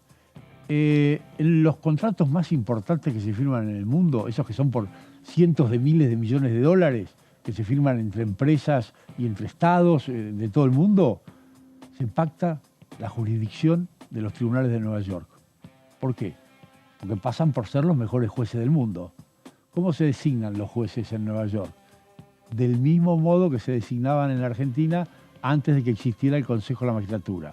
Porque ustedes saben que nuestra Constitución tomó... No, los elige el Poder Ejecutivo, le pide el acuerdo al Senado y lo designa. Y por ahí es muy difícil, me parece a mí, generar independencia. ¿Y cómo hacen los norteamericanos para tener los mejores jueces del mundo? ¿Son jueces independientes? Yo no sé. ¿Pero por qué creen ustedes que los gobiernos de todo el mundo, las empresas de todo el mundo, cuando hacen un contrato, pactan esa jurisdicción? Yo creo que no hay mejor contralor que el Parlamento. Porque son recontra independientes. Claro. Y no solo son recontra independientes, sino que son buenos jueces. Y si no pactan la jurisdicción de Nueva York, ¿saben cuál es la otra jurisdicción que pactan? La de Londres, donde también los jueces son elegidos de la misma manera. El problema acá no es el sistema, el problema es cómo se usa el sistema. Y les voy a dar otro ejemplo. Con ese sistema de designación de jueces que preveía nuestra Constitución histórica, la de 1853, el presidente Mitre fue quien designó a los primeros 5 integrantes de la Corte Suprema, el que instaló la Corte Suprema.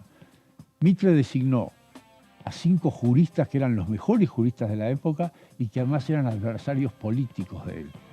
Porque supo, porque sabía, porque entendía cuál era el rol que tenía que cumplir la Corte. El presidente Menem, con ese mismo sistema de designación de jueces, nombró una Corte adicta. Entonces, ¿el problema es el sistema o cómo se ejerce? ¿Y la Corte cómo es hoy? Con ese mismo, voy a terminar con otro ejemplo más. Con ese mismo sistema fueron jueces en lo civil de la capital federal Jorge Joaquín Llambias y Guillermo Borda, 2 de los civilistas más grandes que ha tenido nuestro país. Y también fue jueza una señora que no sabía escribir las sentencias y contrató a un abogado para que se las escribiera, que se llamaba Ragoski Tapia. Entonces el problema no es el sistema, el problema es cómo se ejerce el sistema. O sea, que participen abogados y jueces en la designación o en la sanción de los mismos jueces... No da ninguna garantía. No solo que no da garantía, sino que puede ser peligroso también. Digamos que ha habido algunas designaciones que han surgido de ternas aprobadas por el Consejo de la Magistratura que no han sido las más felices. Y lo que le pregunté, ¿cómo califica hoy el...? Regular. ¿Son jueces independientes? No, hablábamos del funcionamiento del Consejo de la Magistratura. No, yo de los jueces le preguntaba. ¿De qué jueces? De los jueces de la Corte Suprema. No, tengo una muy buena opinión de los jueces de la Corte. De todos. Sí, de todos. Creo que sobre todo... Esto no quiere decir que yo coincida con todo lo que la Corte decide. Y eso a veces... Y eso es lo interesante. Bueno, a veces me enojo con la Corte y critico sus decisiones, pero esta Corte en particular tiene una virtud que es muy importante, y es que es una Corte independiente. Sí. No es una Corte que esté al servicio de un determinado gobierno o de un grupo o que tenga cierta tendencia. Para mi gusto, esta es una Corte independiente y sus integrantes son, con sus más y con sus menos, todos buenos juristas. Cuando dice independiente, ampliemos el concepto. ¿Independiente de quién? Cuando se habla de la independencia de la justicia, a lo que uno se refiere es a que los jueces, sea la Corte Suprema, en cuyo caso es mucho más relevante, o el último de los jueces, el juez de paz, por ejemplo, a la hora de resolver lo hagan fundando su decisión en la ley, en la Constitución, en las pruebas que hay en el expediente y sin ser influidos por presión alguna ajena a lo que hay en el expediente y a lo que dice la ley. Ningún juez de la Corte actual es influido por ninguna presión ajena. Yo entiendo que no. Yo entiendo que no, que son jueces verdaderamente independientes. Y por eso creo que es una buena corte y en general, aunque algunas veces hayan resuelto algo que por ahí a mí no me gustó del todo, en general las decisiones de la Corte Suprema las comparto. Es una buena corte, las sentencias de la Corte tienen buen fundamento, los votos son buenos, son estudiados. A mí me gusta esta corte. Diputado, el Frente de Todos tiene... Ay, perdón, Leo, pero quería hacer una cortita porque... Digo, uno lee noticias, ¿no? En un supuesto gobierno se dice de Patricia Bullrich, del Frente de Todos, supuesto de Milei, se dan todas las hipótesis. Ahora, en uno de Milei se dice, si llega a la presidencia está buscando algún mecanismo para evitar las cautelares. Ustedes lo padecieron como gobierno, cautelares de la oposición, también han ido desde Juntos por el Cambio con algunas cautelares sobre el gobierno kirchnerista y sobre este. Digo, ¿se puede manejar eso? El mejor modo de evitar las cautelares es no tomar decisiones que generan cautelares. Ese es el mejor método. Es decir, gobernar bien y tomar decisiones fundadas en la Constitución, en la ley, en las normas vigentes. Ese es el mejor método. Pero es lo menos infrecuente. Ahora. Yo reconozco que en la justicia contencioso administrativo federal, que es la que en la cual se litiga contra el Estado y en la cual litiga el Estado, hay algunos jueces que tienen una cierta tendencia demasiado proclive a las cautelares. Bueno, hay que apelar, hay que recurrir, pero no veo que haya una solución. Es decir, hay cosas que no se pueden hacer. No se puede dictar una ley que les prohíba a los jueces dictar medidas cautelares, porque después nos vamos a quejar en los casos en los que de verdad hace falta una medida cautelar, nos vamos a quejar de que esa medida cautelar no aparece. Un escenario complicado si se da un gobierno. Yo creo que si los gobiernos gobiernan bien, se atienen a la ley, respetan la Constitución, las cautelares no aparecen. Fíjense una cosa, en la mayoría de los casos en los que ha habido cautelares, se trató de decisiones del gobierno respecto de las cuales muchas veces desde la oposición les advertimos, no hagan esto porque va a pasar, y bueno, y lo hacían. Diputado, recién estábamos hablando con un colega suyo, el diputado Cacase. Sí, me lo crucé recién en el pasillo. Le consultábamos acerca de la sesión que quiere llevar adelante el Frente de Todos para el 19 de septiembre. Sí, antes iba a ser el 12, ahora parece que pasó al 19, sí. O el 13 iba a ser. Iba a ser el 13 y pasó al 19. Y dentro de ese temario, que todavía es extraoficial porque no ha llegado la convocatoria, bueno, se quiere incluir el dictamen sobre la protección de aerolíneas argentinas para la no privatización. Los escuché cuando hablaron con Cacase de eso. Bueno, y entre otros... Blanqueo. Claro, blanqueo, el tema de la compra de maquinaria agrícola. El tema blanqueo, sinceramente, no lo conozco. No integro la Comisión de Presupuesto, que es la que lo ha tratado. No he hablado con nuestros diputados que sí están en esa comisión. Sí. Tengo el recuerdo de que la diputada Figueroa Casas, que es una de nuestras expertas en esa comisión, planteó objeciones respecto al proyecto, pero la verdad que mucho más no les puedo decir. ¿Y ustedes cómo se van a comportar? A mí los blanqueos en términos generales no me gustan. No. Nunca. ¿Por qué? Porque los blanqueos son una especie de tomadura de pelo a los que cumplimos regularmente con el pago de nuestras obligaciones fiscales. Bueno, pero en el gobierno de Mauricio Macri también hubo un blanqueo. Sí, a mí no me gustó. No le gustó. Está bien, bueno, se enoje conmigo. Pero cuando yo digo que no me gusta, cuando yo digo que no me gustan los blanqueos, no me gustan los blanqueos ni de Macri, ni de Alfonsín, ni de Menem, ni de la En los blanqueos dentales. No, eso sí. Esos son buenos. Sería la primera vez que un gobierno, le decíamos acá, sería la primera vez que se para un blanqueo de un gobierno, en este caso porque no tiene mayoría, a su vez no tiene una oposición que lo ayude, como pasó en 2016, no habría nunca más un blanqueo. Ojalá, es lo mejor que nos puede pasar, que no haya nunca más un blanqueo. Pero eso no evita que la gente fugue. Y que la gente sepa... Yo me acuerdo hace muchos años, yo era chico, estaba todavía estudiando en la facultad, y fui a visitar a un tío mío, ya fallecido, pobre. Igual no voy a dar el nombre por las dudas, que era abogado, muy buen abogado. No sé cómo le salió el tema y le pregunté si él pagaba el impuesto a las ganancias. Me dijo, no, jamás. ¿Y por qué no? No, dice, porque total cada 4 o 5 años hay una moratoria, te metes en la moratoria, pagás y te sale más barato. Y te sale más barato. Bueno, esto es lo que pasa con los blanqueos. En un país con inflación, ¿no? Que eso, bueno, en aquellos años no había tanta inflación, no era tan grave la cosa. Esto es lo que pasa con los blanqueos y las moratorias. Yo, la verdad, quisiera que no haya nunca más un blanqueo, que no haya nunca más una moratoria y que todos nos acostumbremos a que tenemos que pagar nuestras obligaciones fiscales Cuando llegan, cuando vencen y cuando corresponde. Claro, es como un premio para el que no Exactamente, cumple. es un premio al incumplidor. Sí. Y diputado, del tema de Aerolíneas Argentinas, breve, porque no tenemos tanto tema. Tanto tema no, tenemos mucho tema, no tenemos tanto tiempo. La ley esa es una tontería, es una ley absolutamente inocua, no tiene ningún sentido. No le gusta ninguna. No, pero a ver, de vamos las que por van a partes. incluir Nosotros en el temario. Nosotros, voy a dar un ejemplo para que se entienda lo que quiero decir. Nosotros podemos aprobar una ley que diga que para modificar esa ley hace falta que la voten todos los diputados y que estén todos a favor y que estén los 257 sentados en el recinto. Y los de mandato cumplido también. Todos. Sí. ¿Y saben qué? Esa ley la deroga otra ley que la votan 70 diputados. ¿Y pero un poco no funciona así el debate parlamentario? Porque... Ahora, en primer lugar, la ley es inocua, porque por más que la única que puede establecer mayorías agravadas es la Constitución. Okay. Cualquier mayoría agravada que se establezca en una ley no tiene ningún sentido, porque esa ley es modificada o derogada por otra ley aprobada con las mayorías simples. Hasta por un decreto de necesidad de urgencia, creo que en el caso de Macri hizo eso. Entonces, pero además hay otras razones. ¿Con qué derecho el Congreso de hoy toma una decisión que limita al Congreso de mañana? ¿Somos tanto mejores nosotros, los actuales diputados, que los que van a estar aquí dentro de 5, 10 o de 15 años? Como para decirle, como tenemos miedo de que ustedes hagan macanas, los limitamos. No los dejamos que decidan sobre esto. Esto lo decidimos nosotros, de ahora y para siempre. ¿Con qué derecho? Gracias, diputado, por haber venido. De nada. Lo estresamos mucho, ¿no? No, al contrario, me encanta venir y discutir. Bueno. Me encanta, invítenme todas las veces que quieran. Ay, sí, nosotros nos encanta también que vengan aquí al piso. Y basta de Zooms. Vamos a hacer una ley que diga basta de Zooms. Yo por mí encantado, cada vez que me invitan vengo. Bueno, gracias, lo tomamos la palabra. Gracias muchachos Muchas también gracias. por habernos hecho compañía estas 2 horas. Gracias a ustedes por haber estado hoy del otro lado, por haber elegido la pantalla de DTV para informarse sobre la actualidad parlamentaria. Por supuesto, nos reencontramos mañana aquí a las 2 de la tarde. Que estén muy bien. Chau.